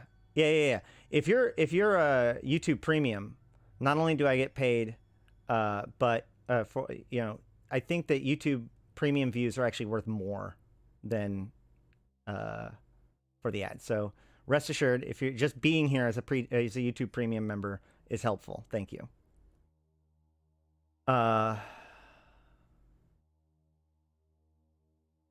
Well, it's working towards, at the very least, a renewal of the Militia War Powers Act, right? Like, in theory, these agreements come back together. You know, in theory, they have to pull together at some point. But in the meantime, I think it's going to get more chaotic before less. So, as the empires descend into war, I think that that's going to be most of this arc, right? This arc is the next, you know, few months. We're going to see the Uprising expansion plot kind of unfold. As likely, we are working towards the production of the transmuters, or the release of the transmuters as a feature. So the question is, what happens next? What would be the next arc? Well, I'm going to just say that, yeah, no, we are seeing a breakdown in the Militia War Powers Act. But my point is that one of two things is going to happen. The empires are going to go to outright complete war, you know, whatever, or at some point they're going to want peace again. And that's going to require, you know, putting back together the Concord agreements. I mean, like, Concord isn't gone. The Inner Council's still there. There are people desperately trying to end the disagreement. So, but right now, and for the foreseeable future, that's not going to happen. Now, still seems a few years away. I probably. So, okay, there's two things that this leads to next, past this, okay? So let's assume that this arc is going to go towards all the way to FanFest, basically, or at least the lead up to FanFest story. So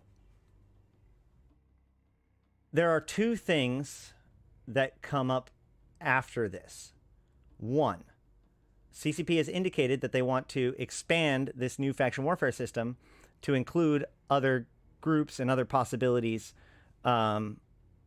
and other ways to use it to do things like everything from sovereignty to whatnot. And so once the empires have been proven out, there's a reasonably good chance that, and they've even indicated that either the pirates or the Triglavians could be folded in as the wild card of some kind in order to branch out from the idea of faction warfare only being about these four empires in this one area, or two areas, I suppose.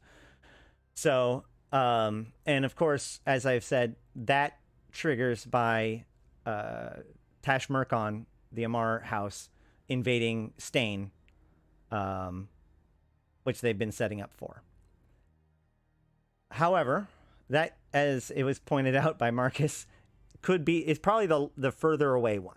That's probably the least likely one of the two to be the thing that we go to next.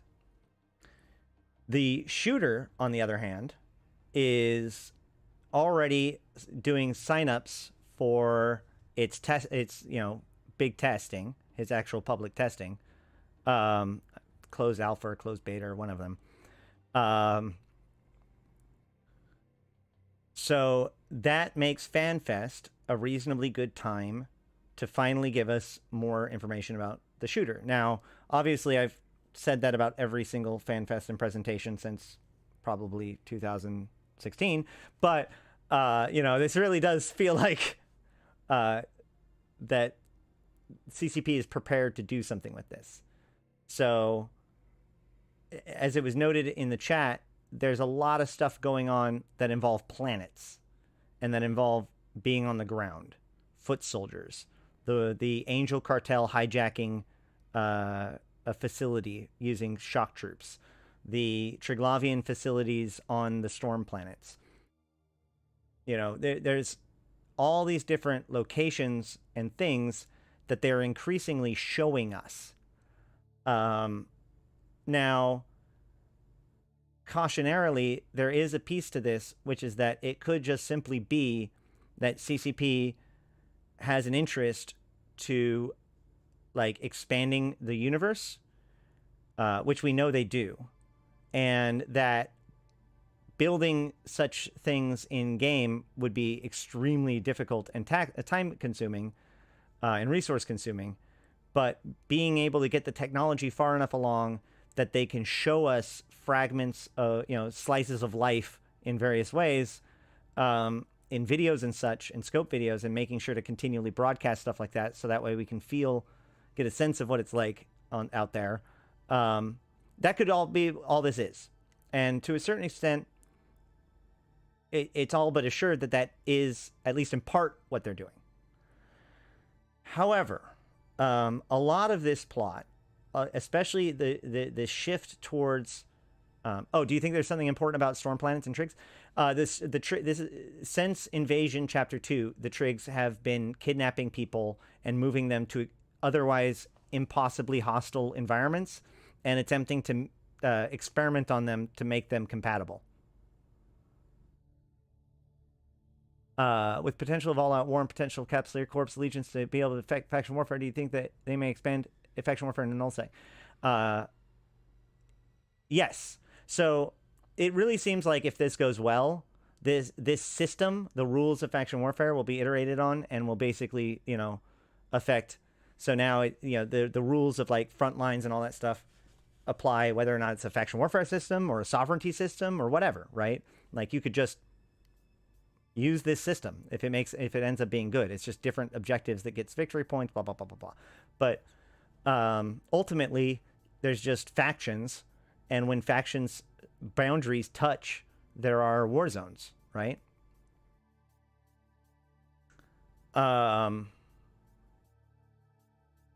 Uprising, meaning another group will be fighting to overcome someone else. So the Deathless is very much poised to gain more visibility during this time. I've hypothesized there is a missing Caldari Mimitar ship line that I once predicted suggested should be the Thucker mix. However, the Deathless's network is comprised mostly of B-tier Caldari criminal organizations and Thucker criminal organizations, or the less than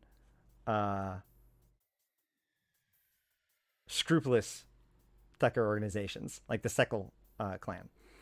So if there were to be a Mimitar Caldari ship line, you would expect it to come from a pirate group that happens to be composed of Caldari and Mimitar. So the stage is set, and they've even released one of their first ships, the Bubuk. So I know that they changed it. I get it, and there is a reason why. But it is missing. That's just why it's missing, right?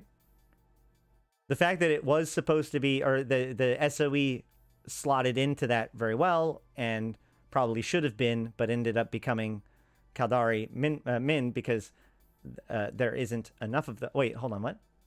The Astero is Cal Min? Wait, what? Hold on. No.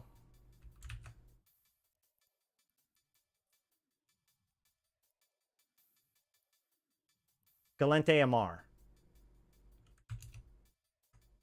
What are you talking about? Oh, no, that's what I'm saying. Like, yes, I get it that they had that plan, but then they shifted it for whatever reason. More for mechanics than anything else. But my point is that what that does is it leaves that spot still open. That's all. Can't say it's not missing because there ain't one. There's just too many Galente Caldar or Galente Amar. That's all.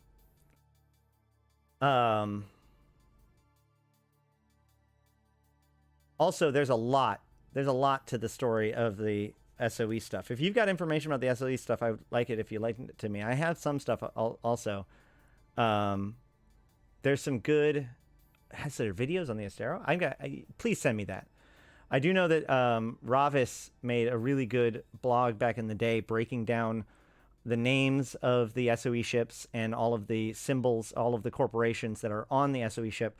By the way, at least one of the corporations that are logoed on the side of the SOE ship is now part of Evermore, just to kind of close the loop there a little bit.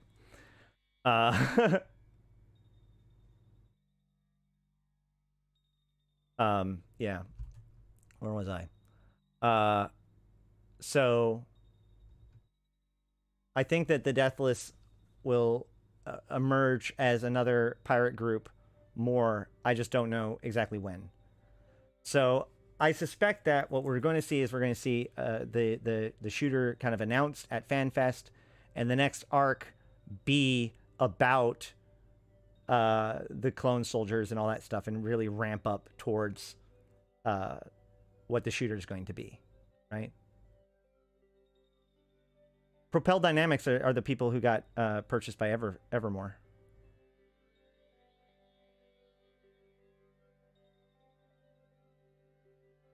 You and I should chat more about this. I'm very interested about what you got to say about it.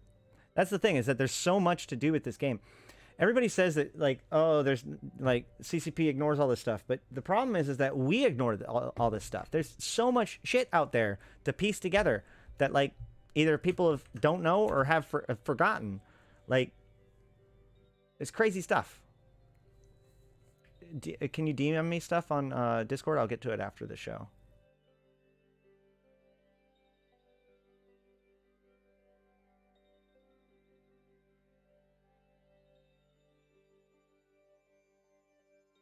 Oh, is that CCP's video?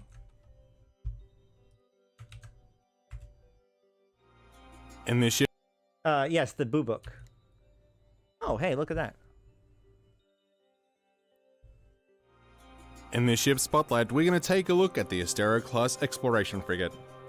One of the first vessels that the Sisters of Eve made available to Capsuleers, the Astero was designed and tested by the Sanctuary Corporation, in partnership with a multinational conglomerate of corporations that included AFACO, Cameltech, and Propel Dynamics. Based on the subframes and engineering chassis of the Caldari Condor and the Mimitar probe, the Astero was designed for long-term deep space covert ops deployment and is geared heavily towards astrometric data gathering and analysis. That's hot. I love it. I love it. That's hilarious. A lot of people have talked about the fact that it was originally supposed to be Mimitar and Caldari, but that's hilarious. I know it's 5 years old. I forgot about this video, and I never pieced that together at the time. No, you're right. You're right, but that still makes it true. Like, the structure, the design, as they were saying, like the engines are modeled off of the probe. That's really funny. The Astero has the ability to fit a covert ops cloaking device and comes with bonuses to core and combat probe strength, as well as relic and data analysis fire strength. This agile little frigate excels as a scout and as an astrometrics platform. 2 turret hardpoints provide the option to fit for basic offensive Yeah. Okay, cool. That's pretty funny. I'm going to just argue that the Astero was clearly a cooperation of all 4 empires. So the chassis it's got some probe and other stuff, but the bonuses are based on the Amar and Galente tech. I don't know what to say. I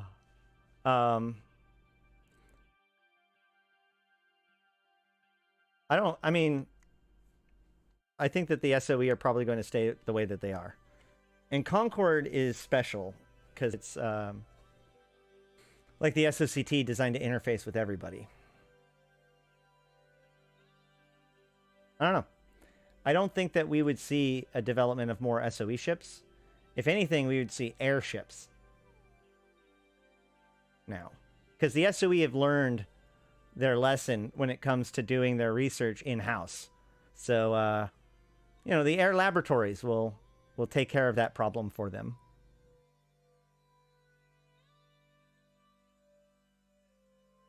Sure. If you believe that. Well, I mean, SOE is civilian.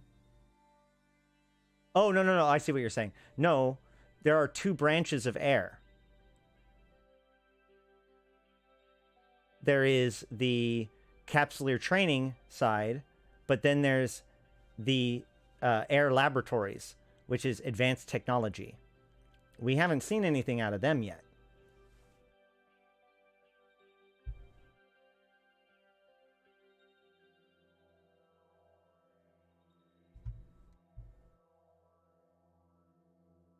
Hold on.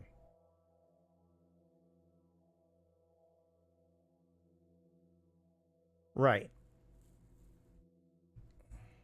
Oh, I forgot to mention also that Lidai and Conid are totally researching or scanning other AO blue stars for suitability, even after the Turner destabilization happened. So, yay for that.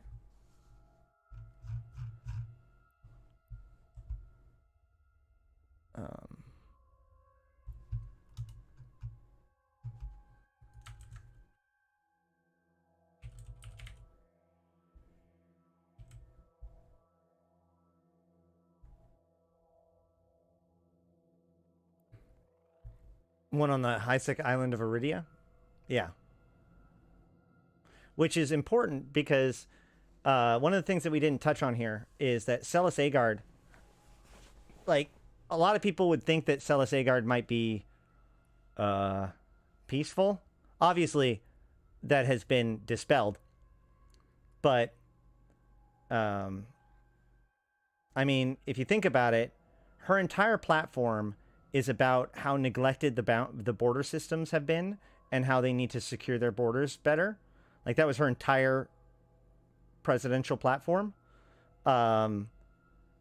And most notably, I mentioned earlier that the Intaki helped her outmaneuver her political enemy.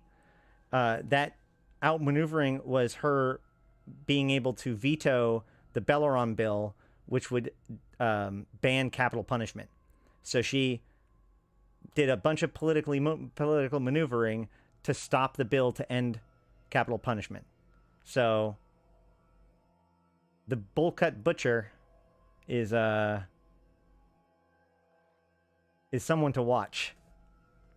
She's also, at every step of the way, continued to authorize more naval, more military build-up, higher levels of military alert as time goes on. You know, this was something that she's been working towards for at least a year or two. Really, since the Stargate Trailblazer program. Yes, the Bullcut Butcher. That's her nickname, and we're going to make that work. Anywho, as we see here, the Association for Interdisciplinary Research makes its public debut.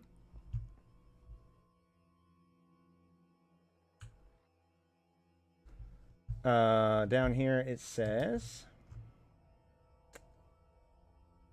so it's founded by a member of the Sisters of Eve and a member of the Ishikone Corporation.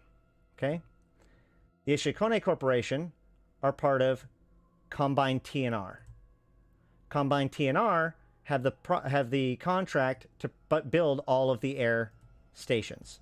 So we can already see that these people are not as divided they're not as separated from their home corporations as one might think, right? Then the Sisters of Eve say the Sisters of Eve are thrilled to see that our former colleague Elda Balasharan made a splash with the public launch of Air. We wish her the best in her endeavors and look forward to collaborating with Air in the future. It also says the Sisters of Eve confirmed to the scope that they'll be providing new air facilities with equipment vital to air laboratories. So the air laboratories were built by Combine TNR, which is Ishikone and friends, and it was stocked and outfitted by Sisters of Eve. So this isn't just the leadership that is connected. The whole place, the whole operation is connected to the SOE in Caldari. Now, admittedly, Ishikone is probably the... if there was a good guy mega corporation, Ishikone would be the good guy mega corporation. Also, although sources for part of the new corporation funding can be gleaned through public filings with the Secure Commerce Commission, the available documentation leaves a significant chunk of Air's monetary wealth unaccounted for. Representative SEC responded to Scope's inquiry with a terse no comment. Wait, did they say where the funding that they know came from? I thought they did, and it was like kind of shady. Oh well. Light Eye contests Combine TNR colonial development claim over Intaki system. Celis Agard states federal Marines will remain on Taki Prime to ensure security of planet and resist Caldari claims. These things kind of jump out at us now, huh?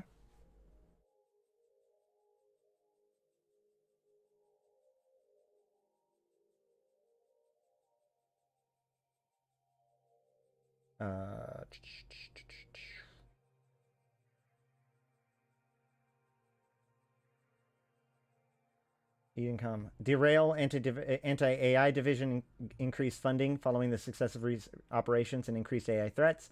That's involving the Ugali situation. And then... okay. So, It's got Air Laboratories, a subdivision of Air focused on scientific research and development across multiple industries, an Air Capsuleer training program. The program, overseen by Air Laboratories, claims to provide aspiring pilots with everything they need to become successful capsuleers, from the acquisition of necessary skills to discovering their long-term career goals. Remember, Alpha Clone technology was developed by the Sisters of Eve, specifically the Sanctuary Corporation, by studying drifters' tissue samples. So it makes sense that a Sisters of Eve connected system would become the newbie training program, since basically they're mass producing capsuleers now with their new alpha technology. You didn't vote for her, but you think you would now? You wouldn't have voted for Juliana Soder? What's the lore difference between Alpha and Omega? Basically, if you want to think about it, the brain itself, or like the system itself, is designed to not access all of its functions. You know, like it's a simplified version of it, which is why our skills are disabled while we are in them. However, the whole point of it is that it uses a much more efficient communication system. So it doesn't put as big of a load on the comms, the fluid router network, in order to, provide our clone transfers and all that kind of stuff. So you might not realize this, but Plex, pilot license extensions, are actually little chits that represent a chunk of quantum entangled helium isotope 5. Quantum entangled helium isotope 5 is used in fluid routers to manipulate or to communicate. This is why when the Triglavians began attacking the helium 4, it's oxygen 5, helium 4. The helium 4 stockpiles, that's what led to blackout, because they had to go into emergency mode. So basically, the Sisters of Eve created a way of managing the clones that puts less strain on the system, and so they're able to offer it without having the pilots pay in by providing their own quantum entangled helium 4. Now, actually, it's funny that you bring that up. Let me see if I can find it, because this is super interesting. This is actually one of those cases where you learn more about the Eve from real science than from paying attention to Eve stuff, right? If you only looked at Eve stuff, you would think that quantum entangled, or QEH4, quantum entangled helium, or HE4, is just an Eve technobabble, right? But it actually isn't. Hold on. Shoot. I know I have a video. Hold on, actually. Let me look it up real quick. This is so cool. This is part of that larger... I've been teasing a while that I have this larger theory that I've been building up. This is kind of part of it a little bit. But, all right, rather, I stumbled upon it while looking at that. Give me a second. Let me look it up. This is really cool stuff. I mean, if you like real science. If you just like spaceships, then I guess it's pretty boring. You finally lost the caracal? All right, well, that happens.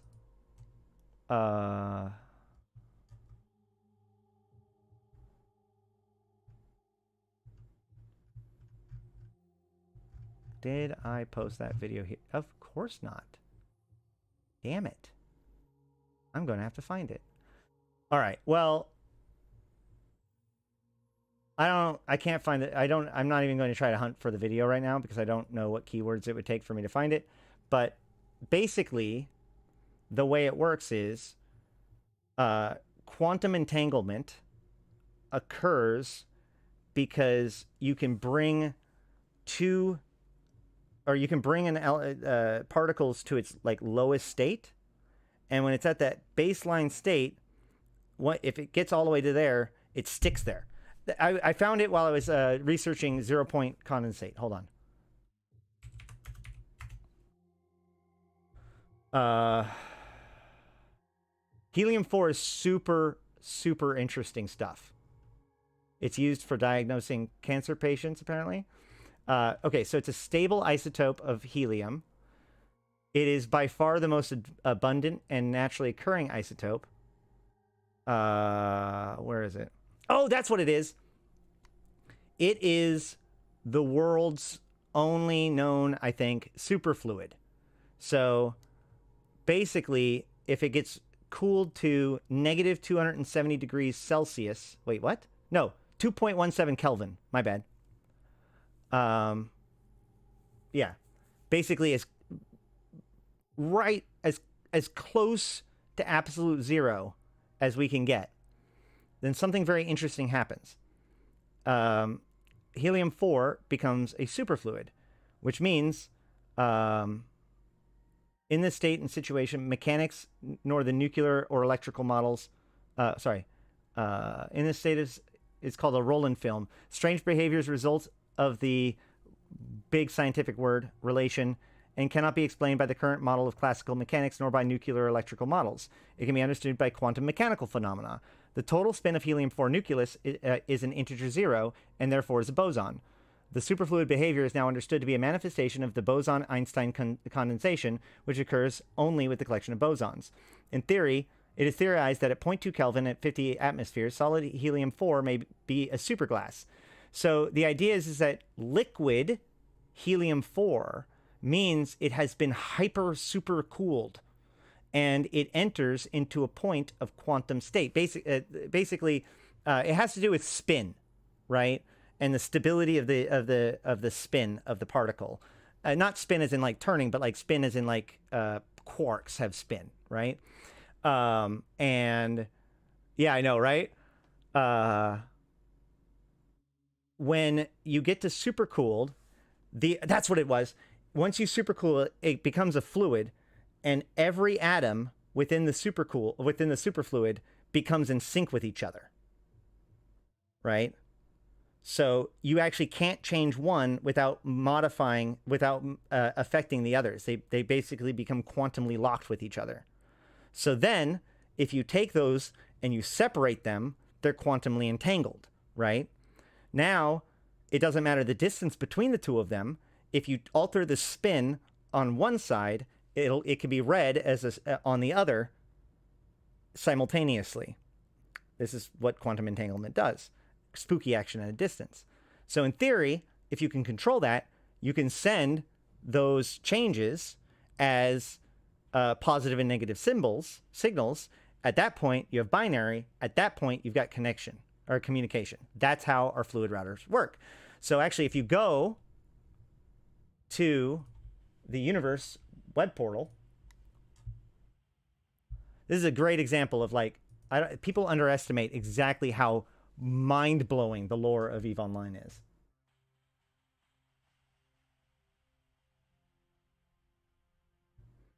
So this scientific article about faster than light communication is essentially true, right? They actually talk about how they develop it, how Asbel first created it and such. The EPR paradox describes the possibility of creating a pair of particles whose quantum state is entangled in such a way that they mirror each other.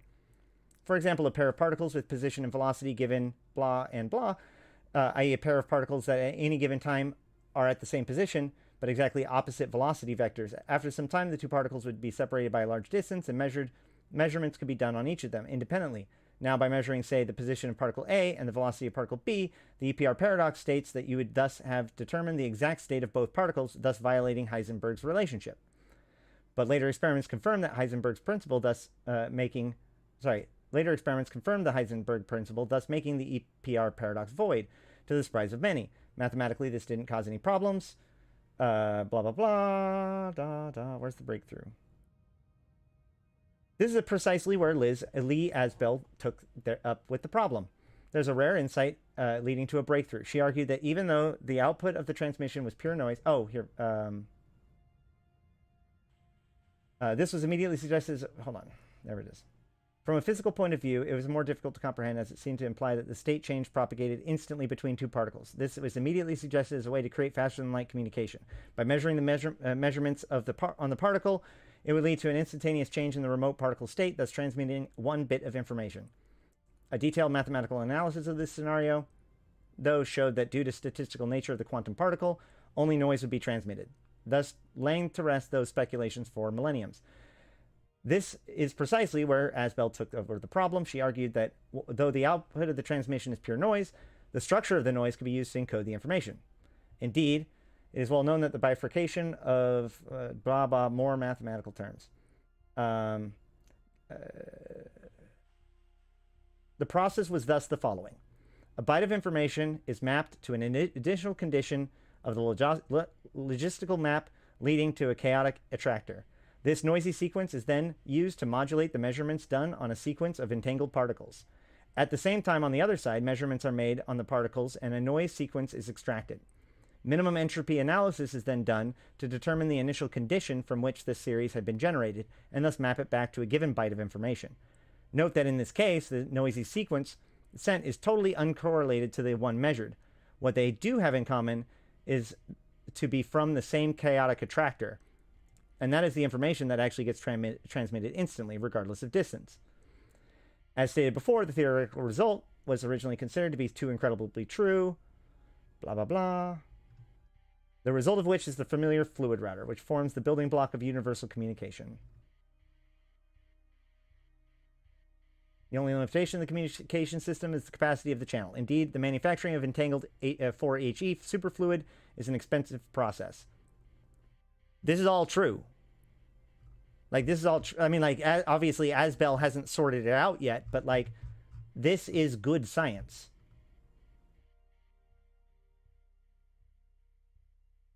Yeah,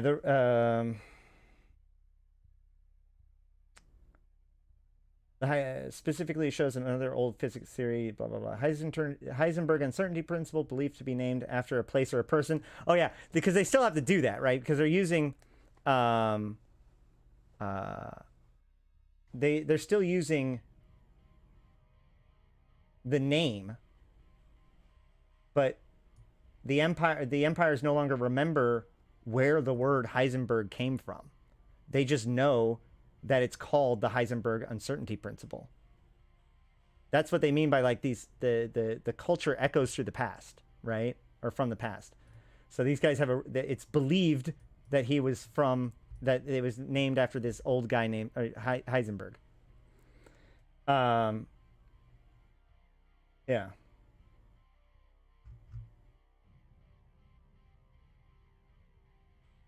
Anything else interesting here that won't melt everybody's brain?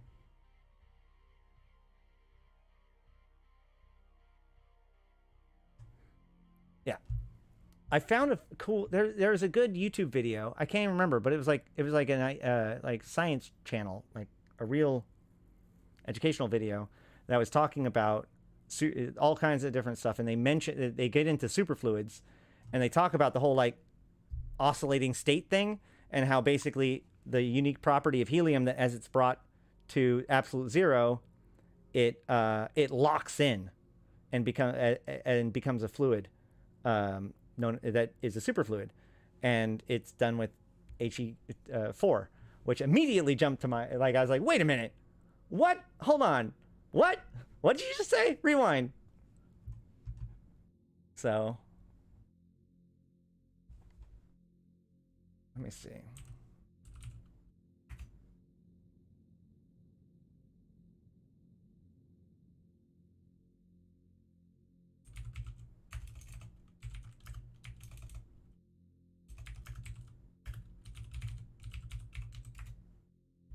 I doubt I'm going to find it.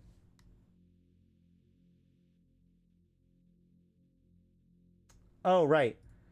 The reason why the reason Thanks why to it's Brilliant important, for the reason why it's important from us as a like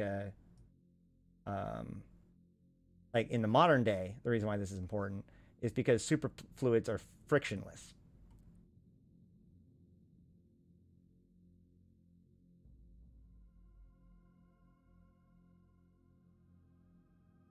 Although he's talking about helium-3 in this video.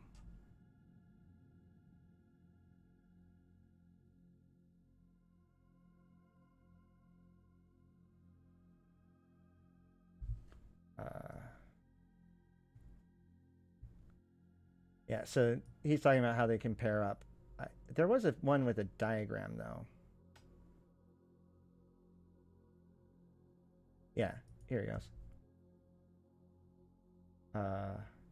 While most things become ice when they're cold, helium is unique among the elements is that it basically never freezes. That's what it was. That's what it is.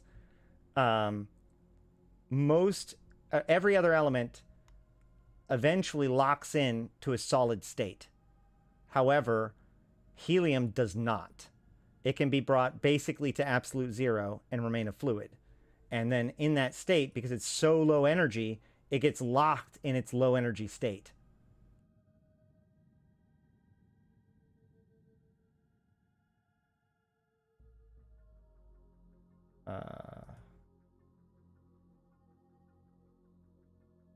Right. And so because of the laws of quantum mechanics, when atoms are on the same energy level, they start to behave in unison. So that's how they become quantumly entangled. So effectively, every single atom of the helium in the liquid become mathematically indistinguishable from one another. They remain in this state even when separated, potentially. And from there, you can measure one to see what's happening to the other because they are quantumly entangled. It doesn't happen with just any.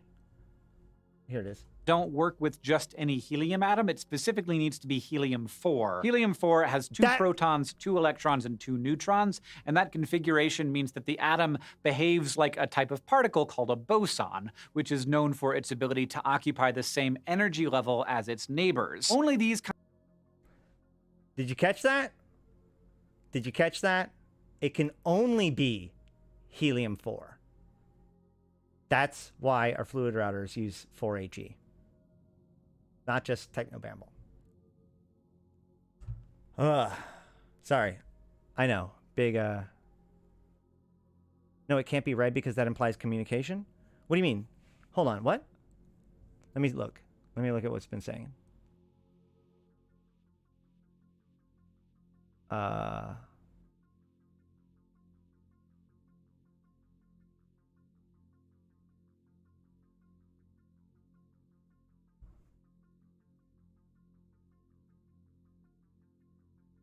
So what can be read is the alteration that was made.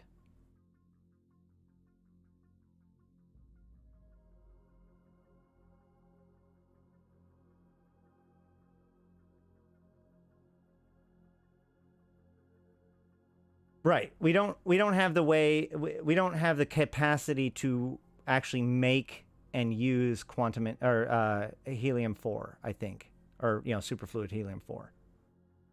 Not in any practical way.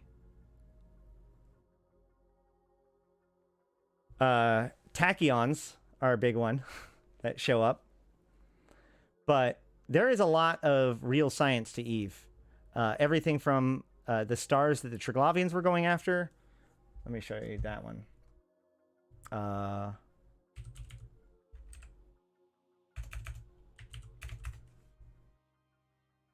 So this is from the Frigid video about the largest star, the largest stars in the galaxy. So they taught, okay, here's ours, right? It's a nice little yellow giant or yellow star, right? And then there's the smaller ones, which are like the white dwarfs, which are actually just a really, really hot planet, effectively. So on and so forth. Then what leads to is, you can see here, there's this small one at the bottom. Hold on. Are by far the most abundant. Main sequence stars, where are they?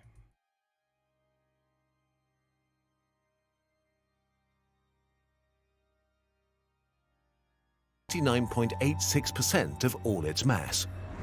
It burns far hotter and brighter than red dwarfs, which reduces its lifetime to about 10 billion years. The Sun is 7 times more massive than Barnard's star, but that makes it nearly 300 times brighter with twice its surface temperature. Let's go bigger. Small changes in mass produce enormous changes in a main sequence star's brightness. The brightest star in the night sky, Sirius, is 2 solar masses with a radius 1.7 times that of the Sun. So this is what we call a Type AO blue star. This is the star type that Turner is. I guess was. So then you get bigger. W477 TAC P was red.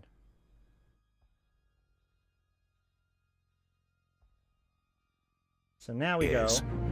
Stars close to 10 times the mass of our Sun have surface temperatures near 25,000 degrees Celsius.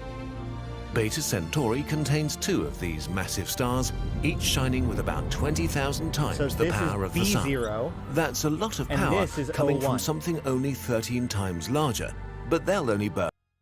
Okay, so this is one of the biggest, brightest, hottest stars in the sky. This is the star that allegedly produces the Isogen 5, the star type. However, if we get even bigger to like the tippy top, we get to the biggest one, which is Earth were as close to Rho Cassiopeia as it is to the Sun, it'd be inside it, and you would be very dead. Yellow hypergiants are very rare, though. Only 15 are known. the yellow hypergiant. This is the G1 gold star. This is what do they call it? Eminence gold, right? This was the fourth star. You know, this is why they didn't go after all of the yellow stars, but only one of the yellow stars, because most yellow stars are some of the smallest stars and least energetic. However, the biggest star is this giant gold star. So that is that's why they needed those two. So in fact, if you look at the transmissions of the Triglavians, it seems to suggest that it wasn't just we need a collection of these four stars or like whatever, but not having certain all of the star types seemed to be a problem for them at one point. Let me see if I can find that. I know, right? Watching Kyrgyzstan to learn about Eve. I've said that a few times, that was like I've learned some about Eve lore by watching Kyrgyzstan than about just the Eve, reading Eve. But yeah, I think that W477 Tech P is a red giant, which are technically bigger than blue stars, I think, but are not nearly as energetic.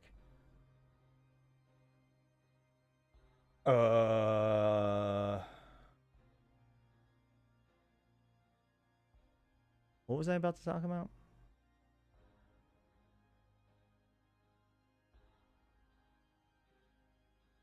Darn it. Oh, I think it's from my lore portal, something at least. So I'll look into it.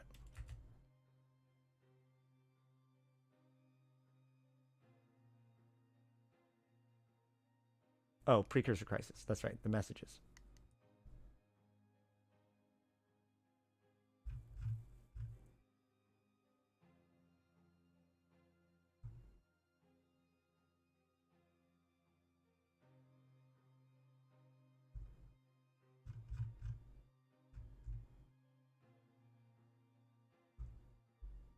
Excuse me. I'm see? Okay. So, halfway through Invasions Chapter 3, we received this. Wait, why doesn't this have the video?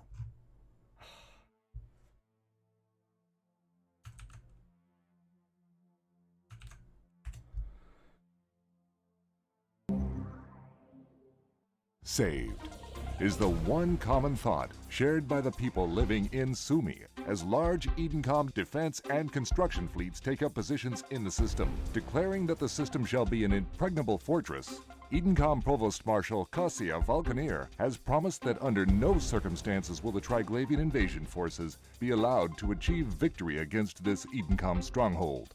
Critics of the massive fortification defense strategy say that this is nothing but a political ruse.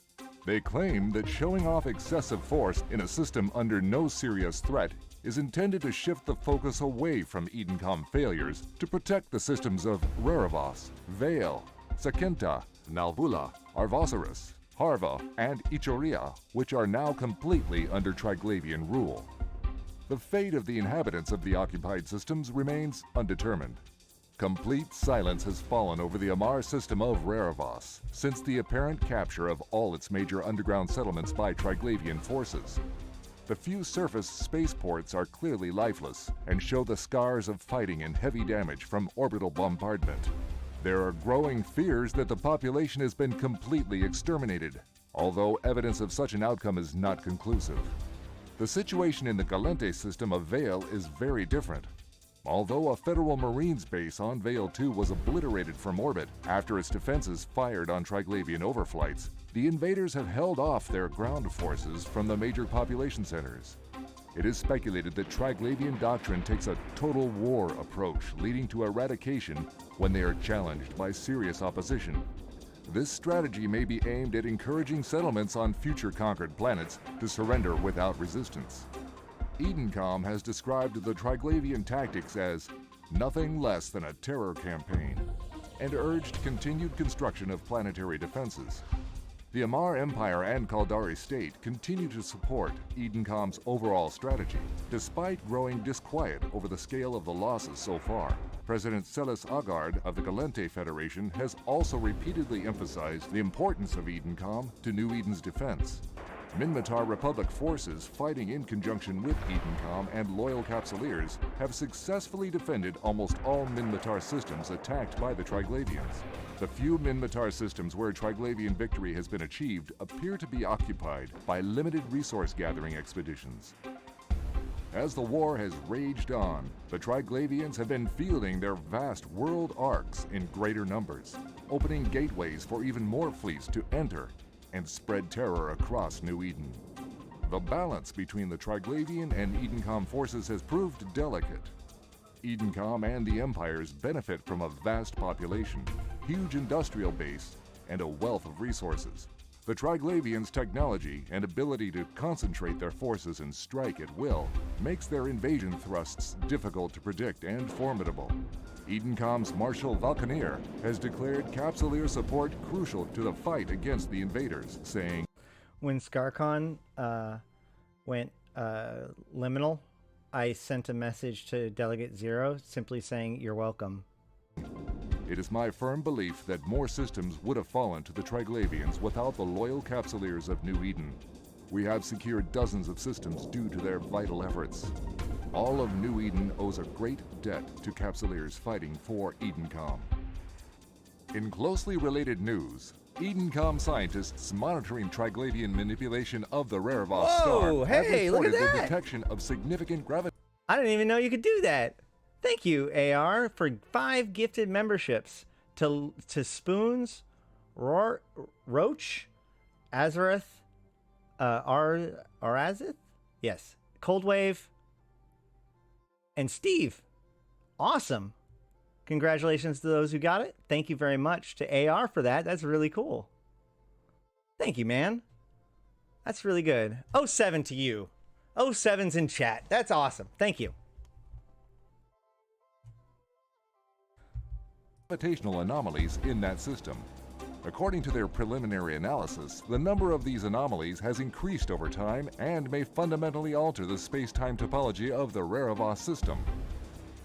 Data collected from other systems controlled by the Triglavians suggests that broadly similar processes are underway and affecting the local gravitational field of their central stars. So this is what the gold star looked like after we took it. It started to look like this. Processes are underway and affecting the local gravitational field of their central stars. Edencom scientists caution that the data and analysis remains preliminary, and the ultimate effects of these anomalies in And that's what Rerevos ended up looking like. the primary gravitational fields can only be speculated upon. However, noted I will say, I remember once in the early days of Invasion Chapter 3, when I came in and saw Rarvos turning, there was a moment that I looked at it and I had the very real feeling, did we just do the bad thing? Like, did we just set in motion something very terrible? Probably. Oh well. And then I went back to my taking of stars. Astrophysicist, science popularizer, and Scope News contributor Manuel Scotti has suggested that beyond certain thresholds, the changes in local space-time topology would certainly have radical effects on wormhole formation and stabilization. Possible outcomes of such threshold events include changes to unstable wormhole frequency, mass limits and lifetimes, the inability to form jump drive. All right, why am I showing you guys this? Well, I don't know if you noticed it, but we're going to look a little closer.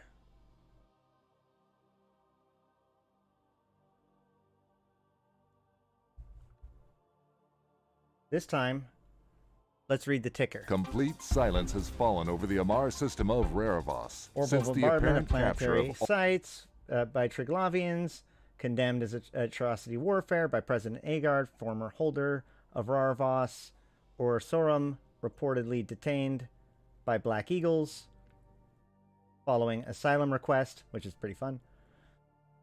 Lydai Megacorp, disturbed by planetary assault dreadnoughts by Brutor Vanguard. That's the beginning of the Triglavian invasion, or the dreadnought attacks.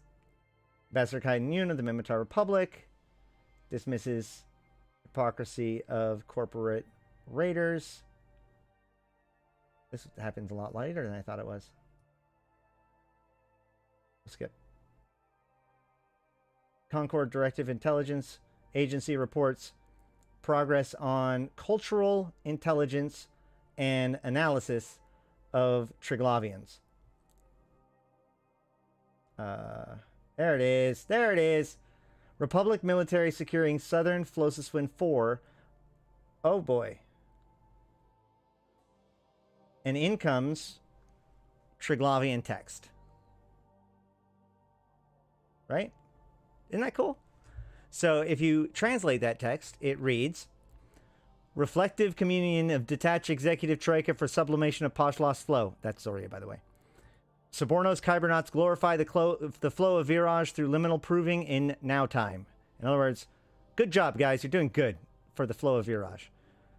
Gold eminence procession through final liminality realizes profound glorification. Gold eminence is the G5 giant. Divine eminence procession realization in now time thread pattern tolerable. I don't remember which one of the three that is. Fruitful eminence procession and realization in now time thread pattern incoherent. Absence of glory eminence in now time invokes disruption of liminal proving flow. Advancing time proving of final liminality and glory eminence has profound consent priority. So what they're saying is, you have not gotten one of the three types of blue stars. So it wasn't actually enough to just get the correct number of stars. In theory, they had to get the correct types of stars. Not getting a glory star was a big deal. By the way, we did eventually get a glory star. The one glory star that we knew was going to be glory, Niarja.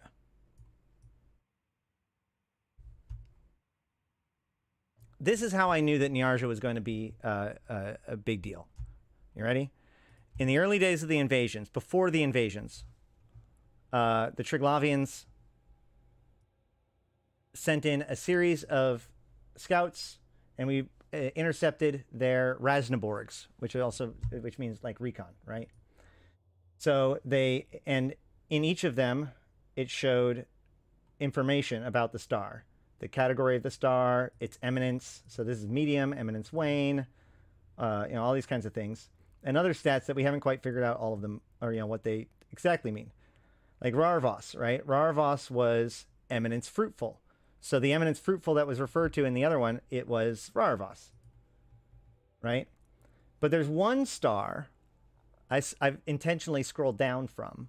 So, and that star is Niarja. Niarja was flagged Eminence Glory. right? And if we go to the messages from the Triglavians, just prior to invasions, we received the Zordash Chislav Zemikorg Noimata, or data streams.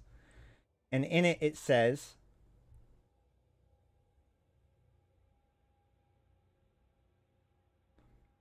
as the Subornost and Kybernauts pass over the waters of communion, the floods of liminality shall cover the faces of eminent glory and imminent gold alike. So they wanted imminent glory and imminent gold. That's how we knew that. So imminent glory was like the one star of the two, because of these two clues. The Raznaborg reports and this reference to glory made it so that it was the one star I knew was a target of all of them.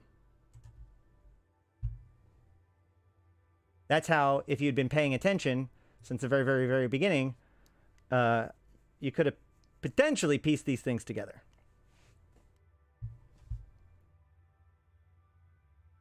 Extra special triple. I don't want to sound like I did any like that stuff all by myself. Holy shit. No. Just in case, extra special, like all credit to Arataka Research Consortium and their analysis of the stars, determining that the Triglavians wanted to target blue stars. Like that was determined before Invasion Chapter 3 was even a thing. Like that was basically determined by Chapter 2. What was weird was they were targeting blue stars, but they were avoiding A1 blue star or O1 blue stars, which would in theory be the ones that would be Isogen 5. So that was always one that was kind of curious, but yeah. So yeah, I mean that's a bunch of information, I know, and I'm sure everybody here is at least mildly confused. And good, welcome to my world. That's where we're at. So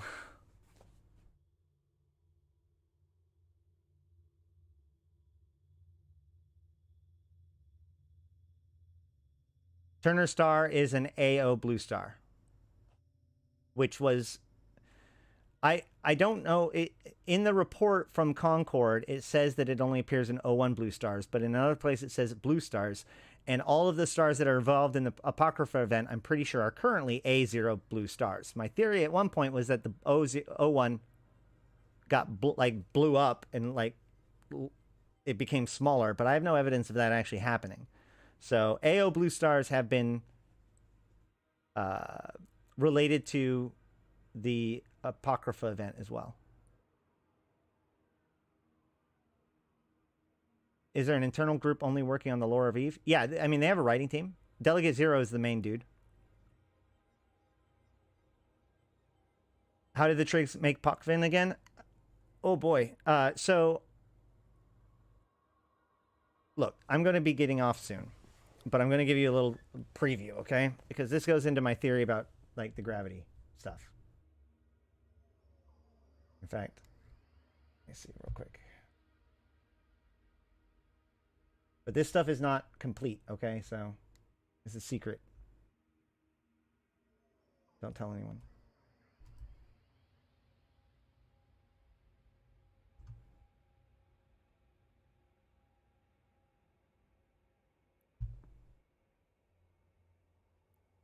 All right.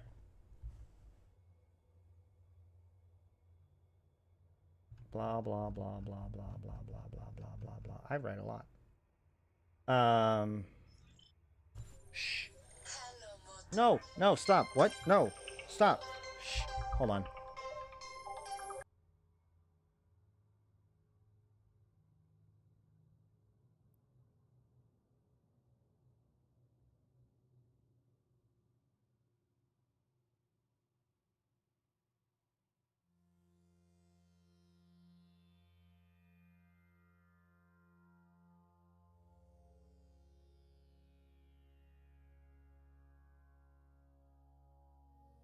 Okay, so all right. Basically, shoot. How can I say what can I say to be the basic of this? Never mind. This is not going to work. The short of it is, I believe it all has to do with gravity, the forces of gravity, and the fact that gravitons are a physical thing, or like a real thing, that can be manipulated.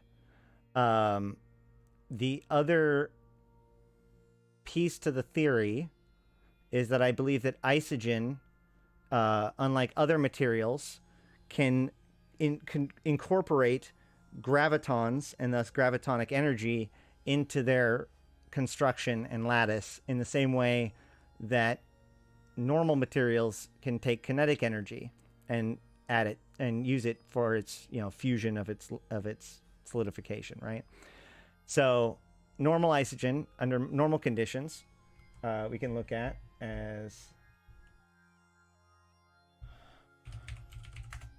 isogen. Standard isogen is light bluish crystal formed by the intense pressures deep within large asteroids and moons, used in electronic and weapon manufacturing. Only found in abundance in a few areas.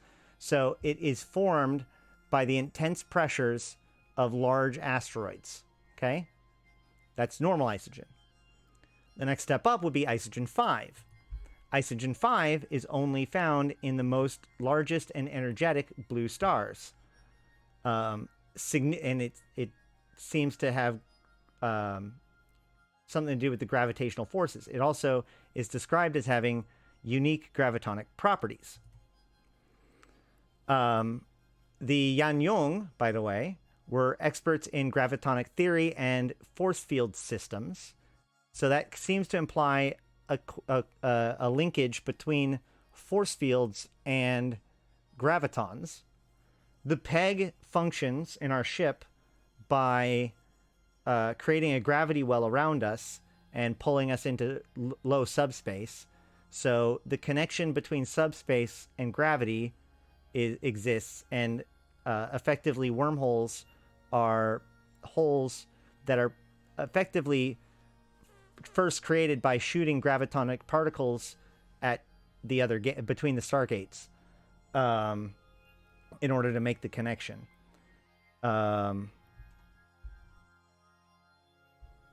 Jamil's super weapon. Yeah, all I was doing is saying that I'll be available for my appointment, whatever. Jamil's super weapon functioned by using isogen 5 to turn the shields against each other. So it seems like there was an interaction with the shields and the gravitational well. I believe that the peg field, which is the system that runs our powers our capacitor and allows us to warp, and is the thing that causes drag in space. Also, the gravity well around it functions as the skin of the shield. So that's why capacitor and shields have so much in common and seem to be linked with one another, because they're both connected through the peg and the gravity well that the peg creates. Therefore, the weapon basically manipulates the gravity field around the shield, or around the ships, and causes them to effectively reverse polarity, crushing the ships inside, using released gravitonic energy that was stored pent up inside of the isogen 5, because gravitonic energy is stored inside of isogen. We go one layer up and we get isogen 10, crystalline isogen 10. This rare isotope of mineral isogen naturally forms stable bipyramidal crystals in absence of tremendous forces, or in the absence of the tremendous forces that typically form the most common crystal forms of isogen, such as found on asteroids and moons. Crystalline isogen 10 can form in the space under the correct local conditions, typically requiring the abnormal gravitational fields that are found in the unusual configurations of space-time topology, like abyssal dead space. So in each of these cases, the nature of the isogen that is made is related directly to how much pressure, how much force is being used in its, and how much specifically gravitational force are being pushed against it. So isogen is relatively stable and is made by crushing asteroids. Isogen 5 is highly unstable and pulled probably from the heart of blue stars. And isogen 10 is once again stable and formed by the extreme gravitational forces of the abyss. it hits a new stable pattern, as opposed to the Isogen 5, which is highly volatile.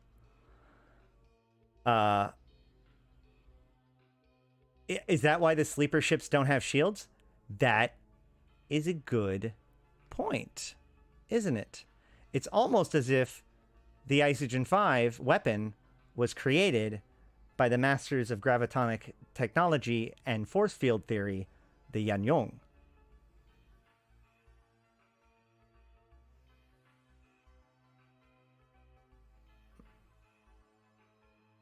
My explanation of the new faction warfare data site, I haven't split that out yet.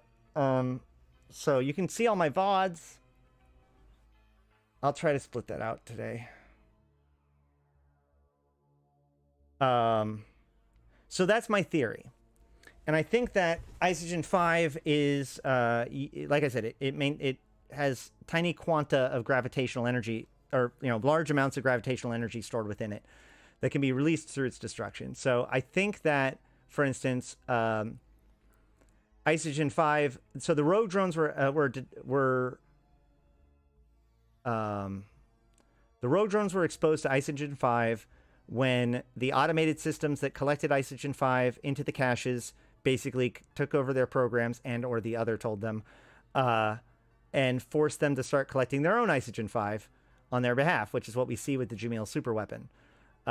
They're under control. So they've been shackled to the wheel, as it were. So I believe that the rogue drones actually, from that, discovered how to use Isogen 5 to create tiny tunnels, which is why rogue drones can appear all over space, and why rogue drone sites often have strange things like particle accelerators and static gates inside of them. I believe that these rogue drones use these portals. They would send their first little, their initial opener in, which would be like a needle, and then they would bring through the rest of the hive, right? And that's how they kind of got around and spread.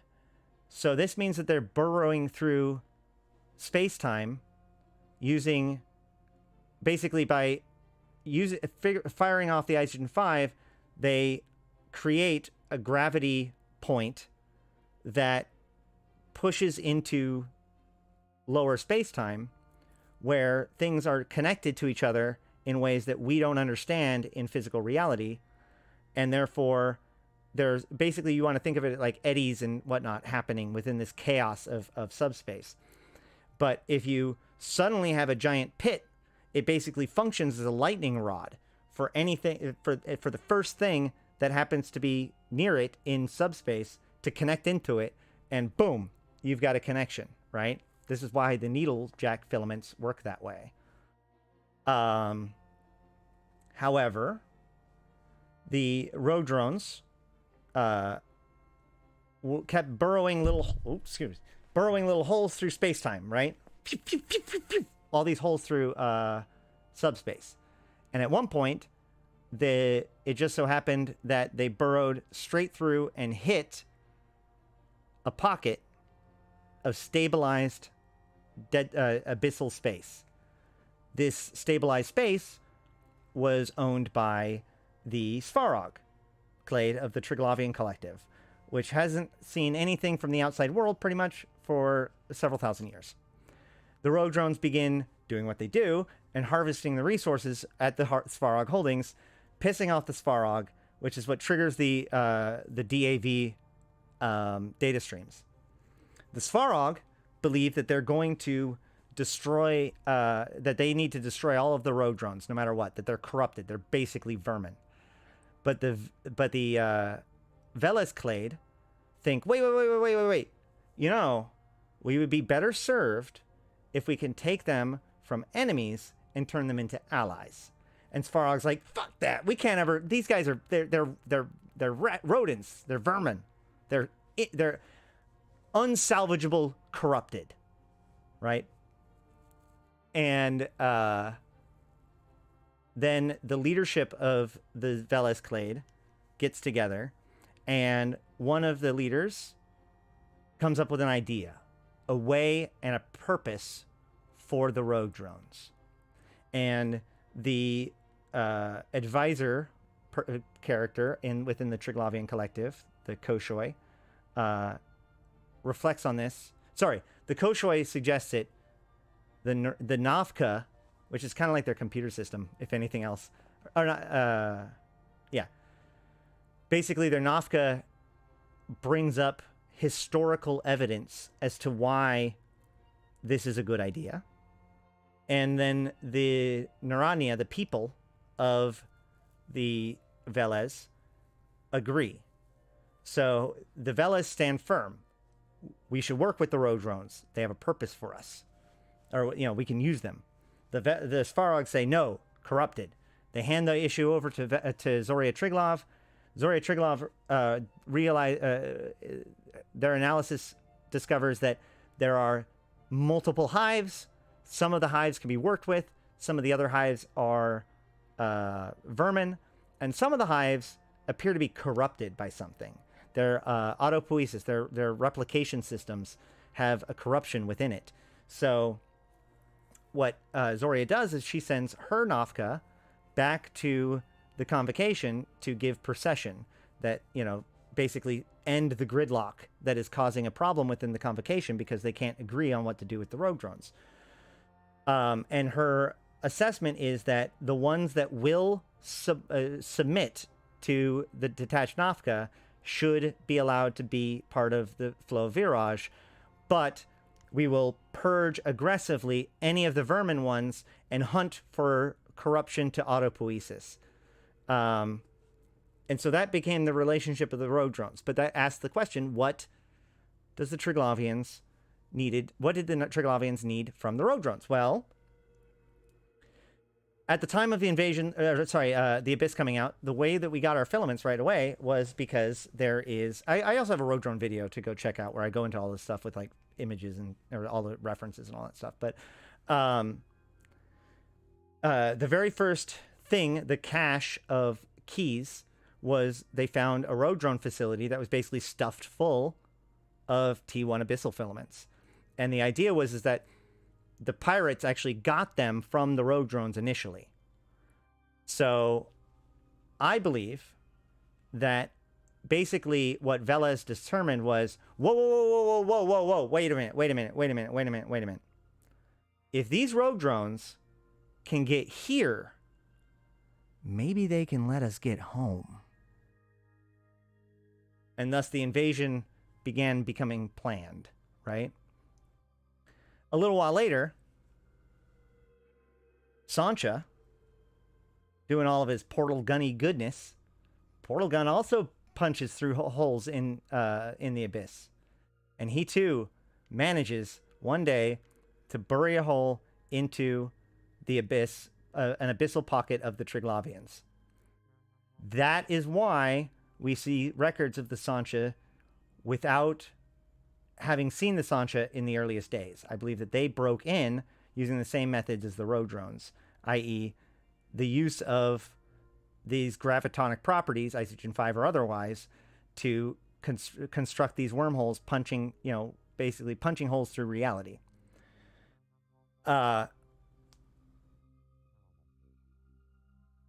Okay. Now, that leads us to the coupling. So, you all know the Encelebix Stargate, jump gate, the upwell structure. I don't know how to spell it. Let's find out. Can I just look up gate? Will that work? Yay! The Encelebix Jump Gate Blueprint. The Encelebix Jump Gate Blueprint contains several things. Normal stuff, structure parts, and all that stuff. But it also takes 2 exert conduit couplers. Exert conduit couplers derived from experiments based on analysis of Triglavian spatial temporal filament and conduit gate technology. While replication of Triglavian FTL transport technology has proved challenging, a method of enhancing the establishment of stable wormhole links between the point-to-point devices like jump gates have been developed using the so-called exotic entangled reaction transmission principle. The Exert conduit coupler has been integrated into the approved jump gate technology offered by Upwell and Encapsulator end users. So basically, if we go into the explanation of wormholes in EVE Universe,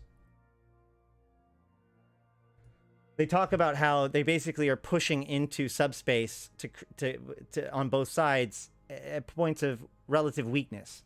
It does say binary star systems, but the newer version says most often found in binary star systems.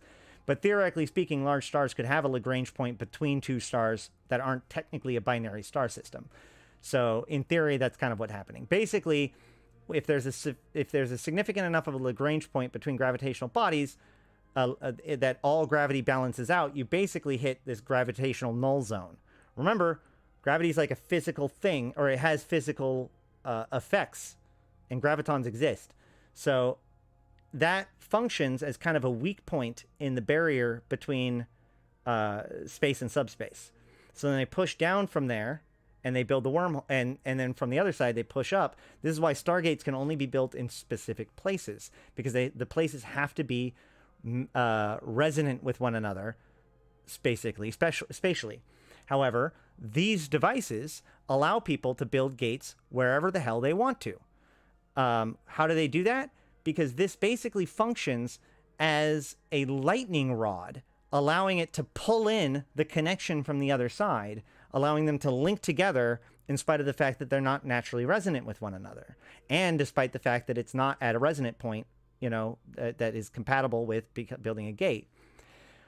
What's interesting about this is that once the Upwell structure, this thing is released by Upwell, if you notice, the gates made in Stargate Trailblazer are wherever the Empires wanted them to be, and connected to places far further and different than you would expect based on normal Stargate law, which means, I believe, that the Stargate Trailblazer the thing that they were trailblazing, the thing that they were experimenting with, was their new Triglavianly powered Stargates that we built.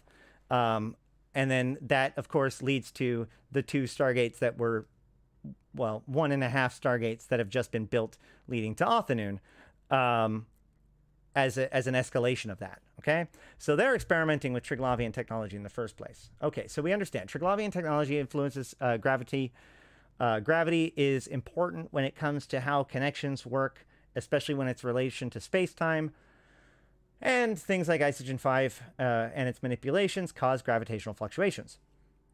How does this create Pochfin? Well, the transmuters manipulated the local spatial-temporal environment around those stars, making those stargates no longer resonant with their entry or with their exit points, and in fact, basically grounded the Stargate's wormhole into the abyss, which sucked up the exotic matter and locked it into the Stargate. That is why the Stargates in Pochfin, by the way, all of this is why is my theory. Okay, so let's not, we're way in tinfoil territory, just so you guys know.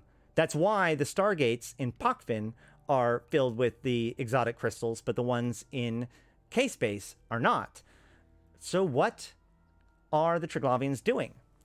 Well, I personally believe that they are using the zero-point condensers on the front of the Triglavian transmuters to create effectively antiparticles. By the way, antiprotons are a fucking thing. We talked about this the other day, and somebody told me antiprotons are electrons. Not true.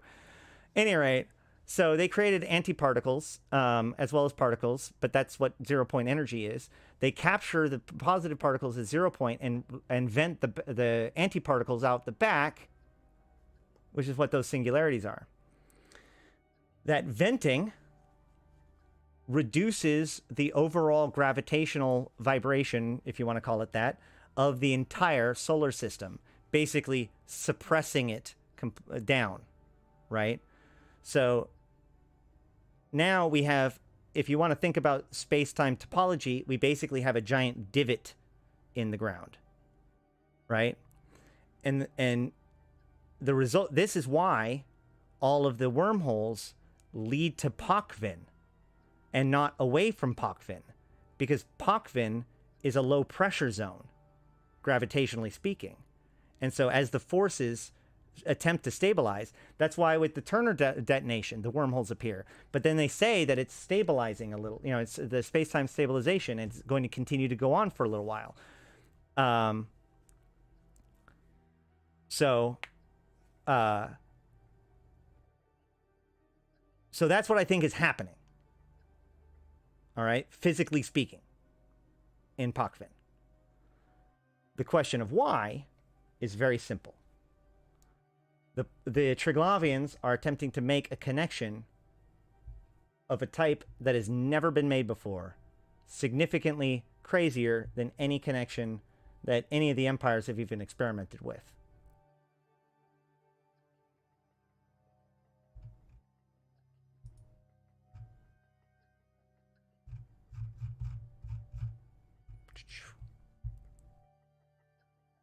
This is the description of the anchorage. In the heart of all three Triglavian cries, there is a home system. While each system within the Pokvin have two Triglavian conduits that lead them to two other systems, with the exception of the next ones next to the home systems, which I guess have three. The home systems have a third gate, but this one is turned off. That Stargate is all three of these gates are next to a massive structure, the biggest structure probably I think we've ever seen. A structure so big that a world arc can literally fit in the middle of it.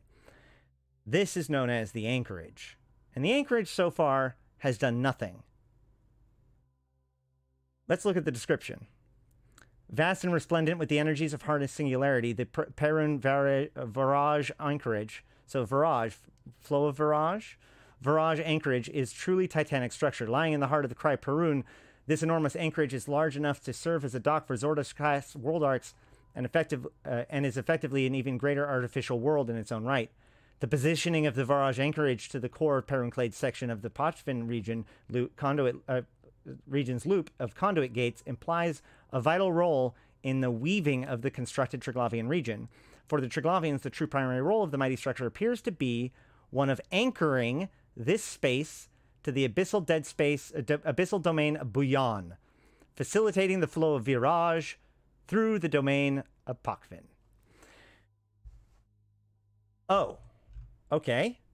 So this leads to kind of what Zoria said when all of this went down.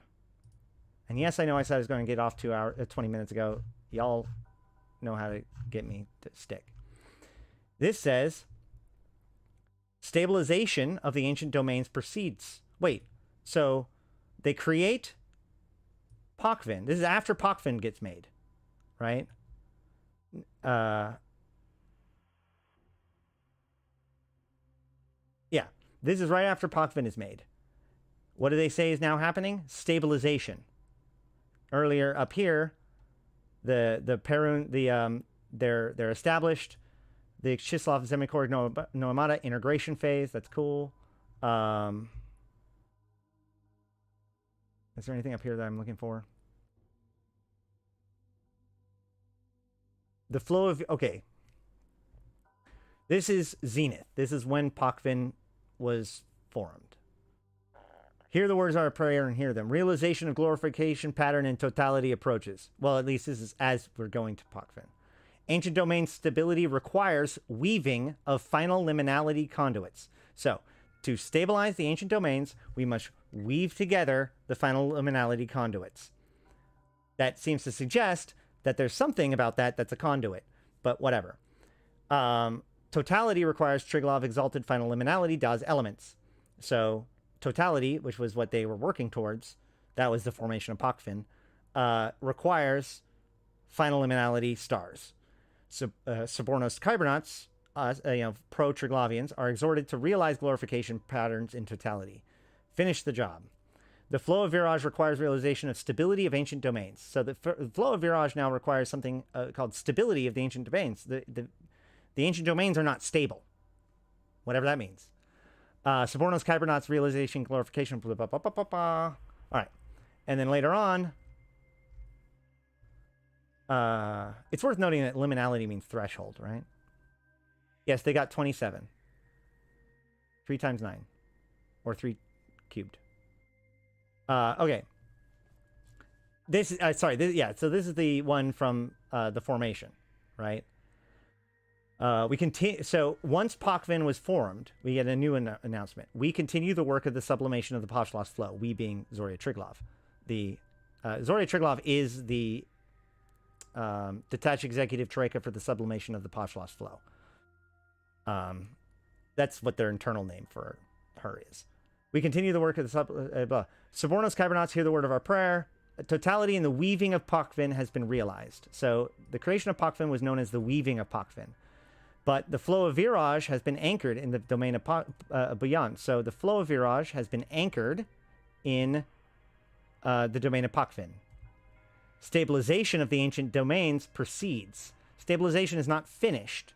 It is now only now beginning. Cladistic domination and glorification, blah, blah, blah. Eminence in their own cries. Showed fitness and be glorified. Extirpate Poshlost. Extirpate Poshlost, which is like corruption. Burn the Poshlost. And we are Zoria. Got it. Then...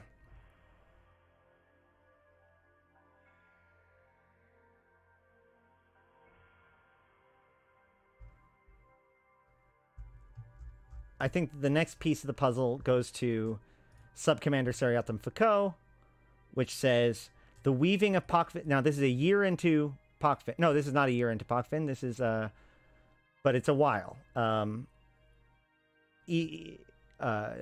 Gunner, as part of Edencom, was trying to run a rescue operation for those trapped inside of Pokvin, and out comes Subcommander Seriatim Foucault, who says that he speaks with the consent of the convocation of Triglav outside of the struggle.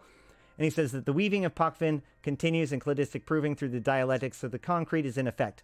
Conditions within Pokvin are evolving towards the optimal for continued development of the human potential within the struggle. So they're working towards something, and it's getting there. There's no reason for mass evacuation, although it's worth noting that he is partially talking about the evolution of the people inside, not just the system itself. But it says interference with the weaving and the struggle. So the struggle is the people, more or less, and of ideas. And the weaving is the actual process of formation of Pokvin. Now, it's worth noting that Pokvin is a Slavic term that means soil, like fertile ground, like a farm. Meanwhile, they refer to the other places, the minor victories, as the forests of glorification, or the forests of hunting. Then, at the 1-year anniversary, he says...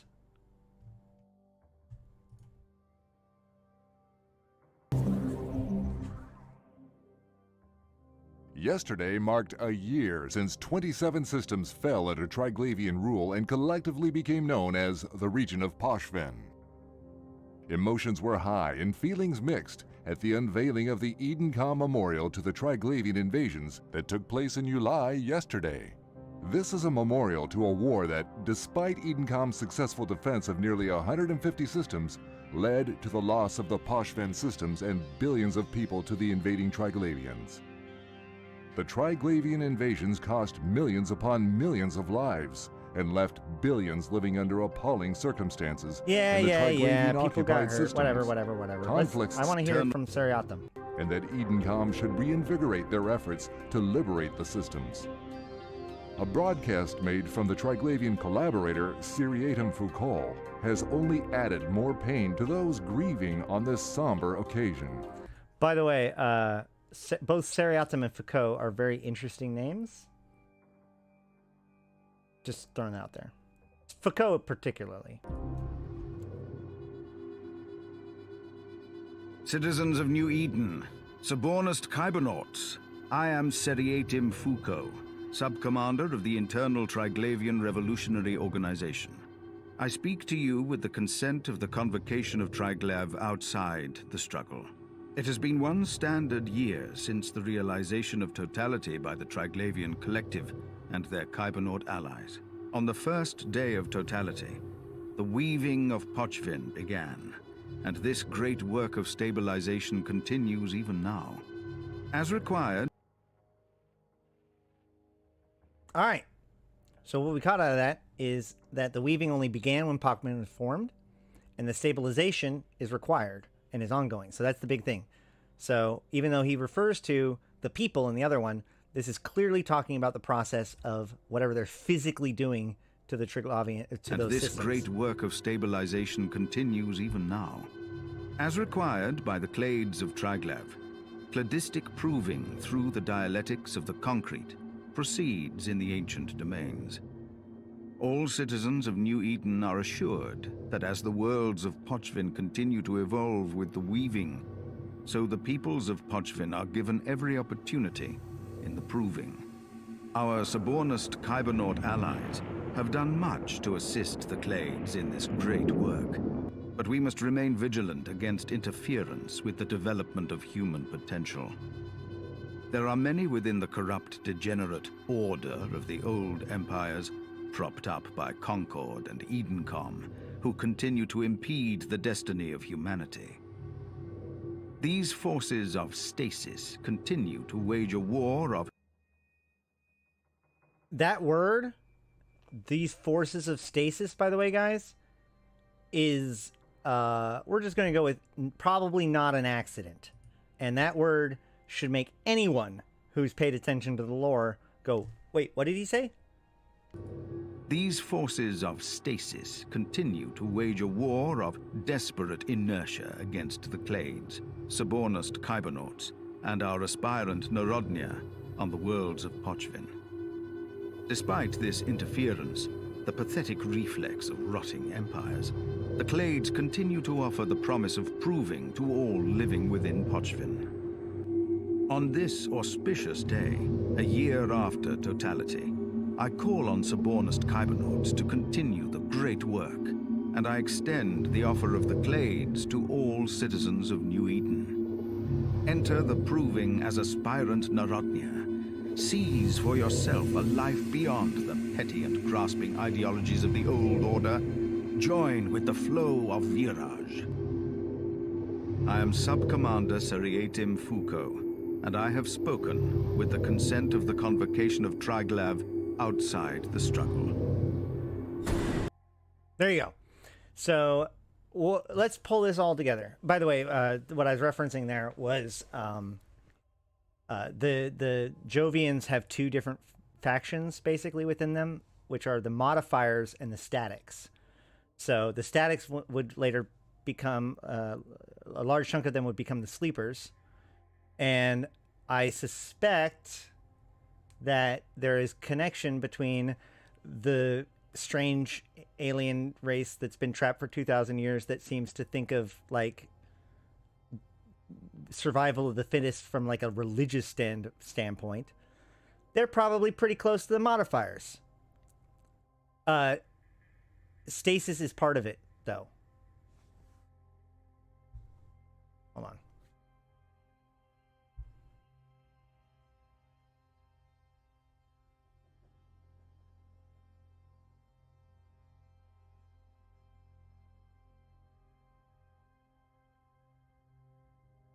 If I need to, I'll pull up the EVE source, but I think I can do it from here.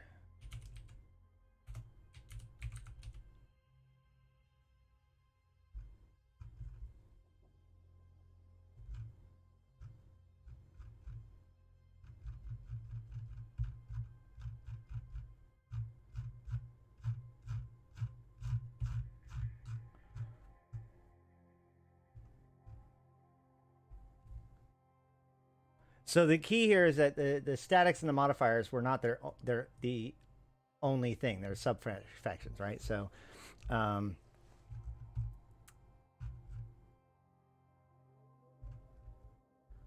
modifiers have the existentialists, the Puritans, the lab rats,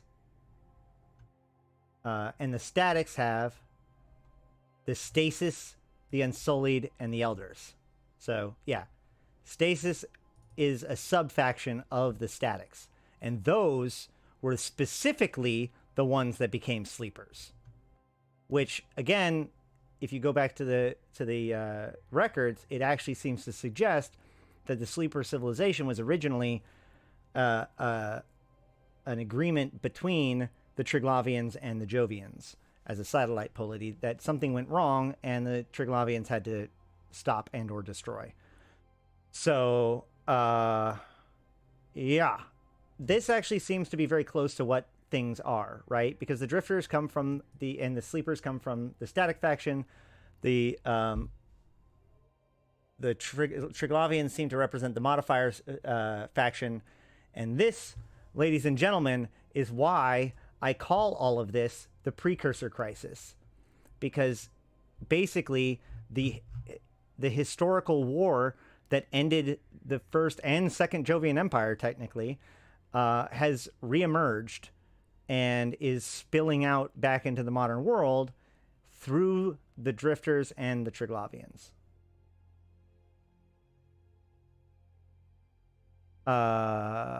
Angel Cartel have been punching into the abyss as well.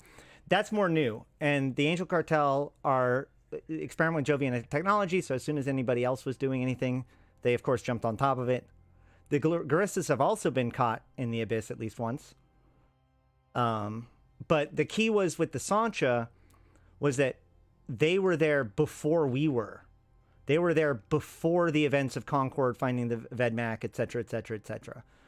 So what do I think? I think two things. One, I think that the Concord time-based experiment was what allowed the Triglavians to get out. I think that the Sorrow and the time-based experiment was, in fact, actually trying to bring the Triglavians into the world because they thought that they could use the Triglavians to fight the drifters.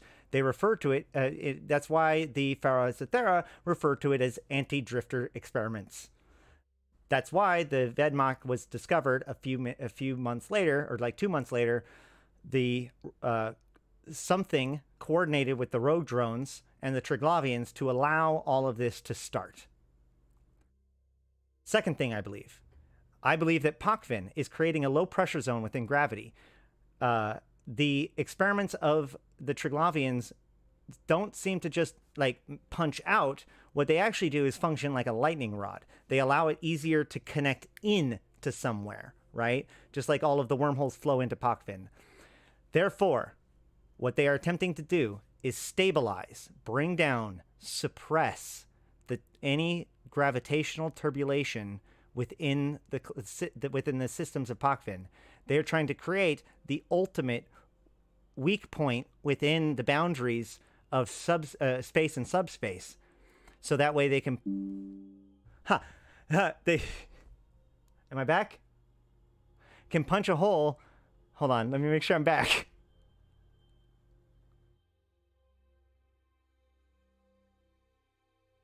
All right, good. It can punch a hole. Okay, I got it. If you heard the noise, it went bing, bing. That was OBS saying it got disconnected and reconnected. So apparently it just happened fast enough that you guys didn't even see it. Either way, I think that they're trying to create a connection to the domain of Bouillon. Basically create a giant conduit to bring their home system, their home existence into our universe, or at least create a bridge between here and the other place. Now, ready to take one last step off the cliff of understanding, so that way we can really fucking lose our minds? Let's really lose our minds. Where is Bouillon? What is the abyss? What if what we think of as the abyss, what we think of as the base lowest subspace, the disorganized energy by which the pegs are pulled from, what's on the other side? What if it was a skin? What if that's the shell? What if you could break through? And this is actually just the boundaries between parallel realities. What if the Yanyong discovered a way to flee not to Anoikis, but to another dimension entirely? And one of them, traveling through the multiverse, stumbled upon a fragment of a possibility that was built off of the great energy that was released by the Caroline Star. See, Caroline Star, from our reality, shut down the Stargates and created the wormholes and all that stuff. But allegedly, it also created a fragment reality, a mirror universe of EVE Online, one that has been known as the Echo. And there's a scientist that went there and he looked, or that in the Echoverse, that looked into the sky and saw this crack and looked into it and got one word, Koshoi. So this universe knows that it is wrong. It is a false copy of our reality, a fragment of our space-time, an echo of our existence, and in it suddenly appears a Yanyong. There's no Yanyong here. So what if the Yanyong know how to travel between dimensions? This also explains the whole Doctor Who thing. The multiverse is a thing. That's why when I had my conversation with Fozzie, he mentioned that the multiverse has basically already been confirmed. Although Echoes is not officially canon. It's not canonically EVE Online because it's its own universe. It's the Echoverse. Things that happen there are different. But CCP has suggested, even from the beginning, that they put in a thing, that they've made it in such a way that they could theoretically do crossovers or merge things together. So this whole thing could be leading towards a multidimensional concept. Yes, the Echoes have the Yanyong.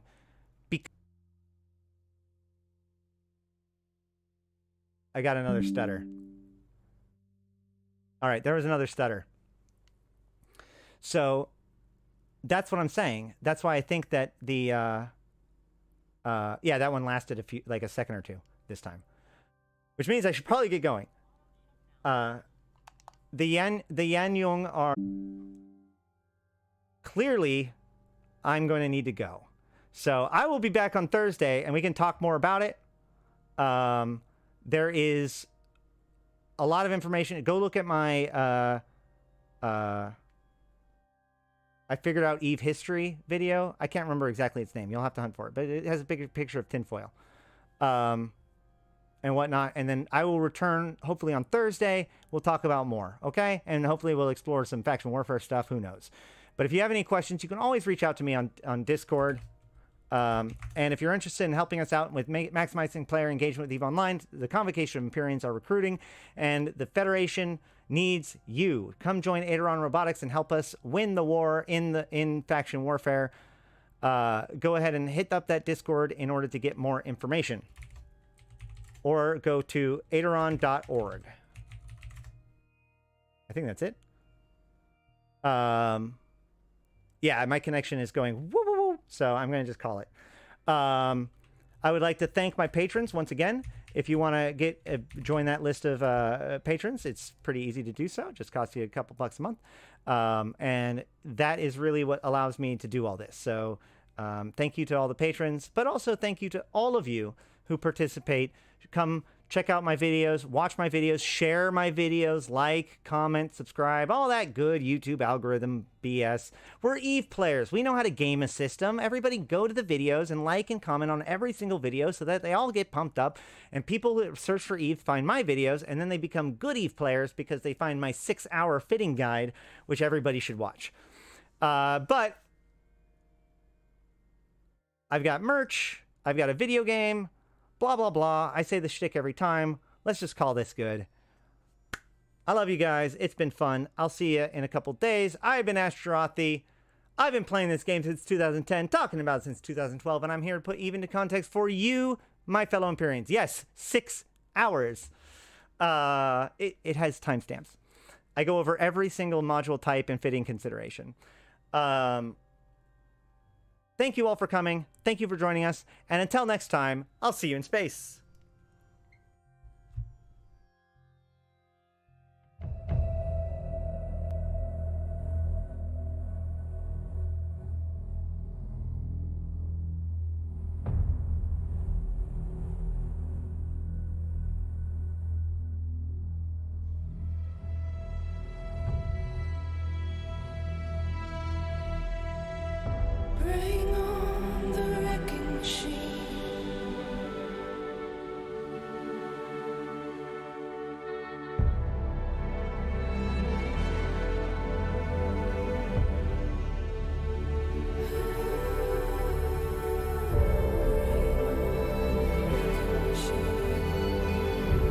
make sure to submit your stuff for the cake competition.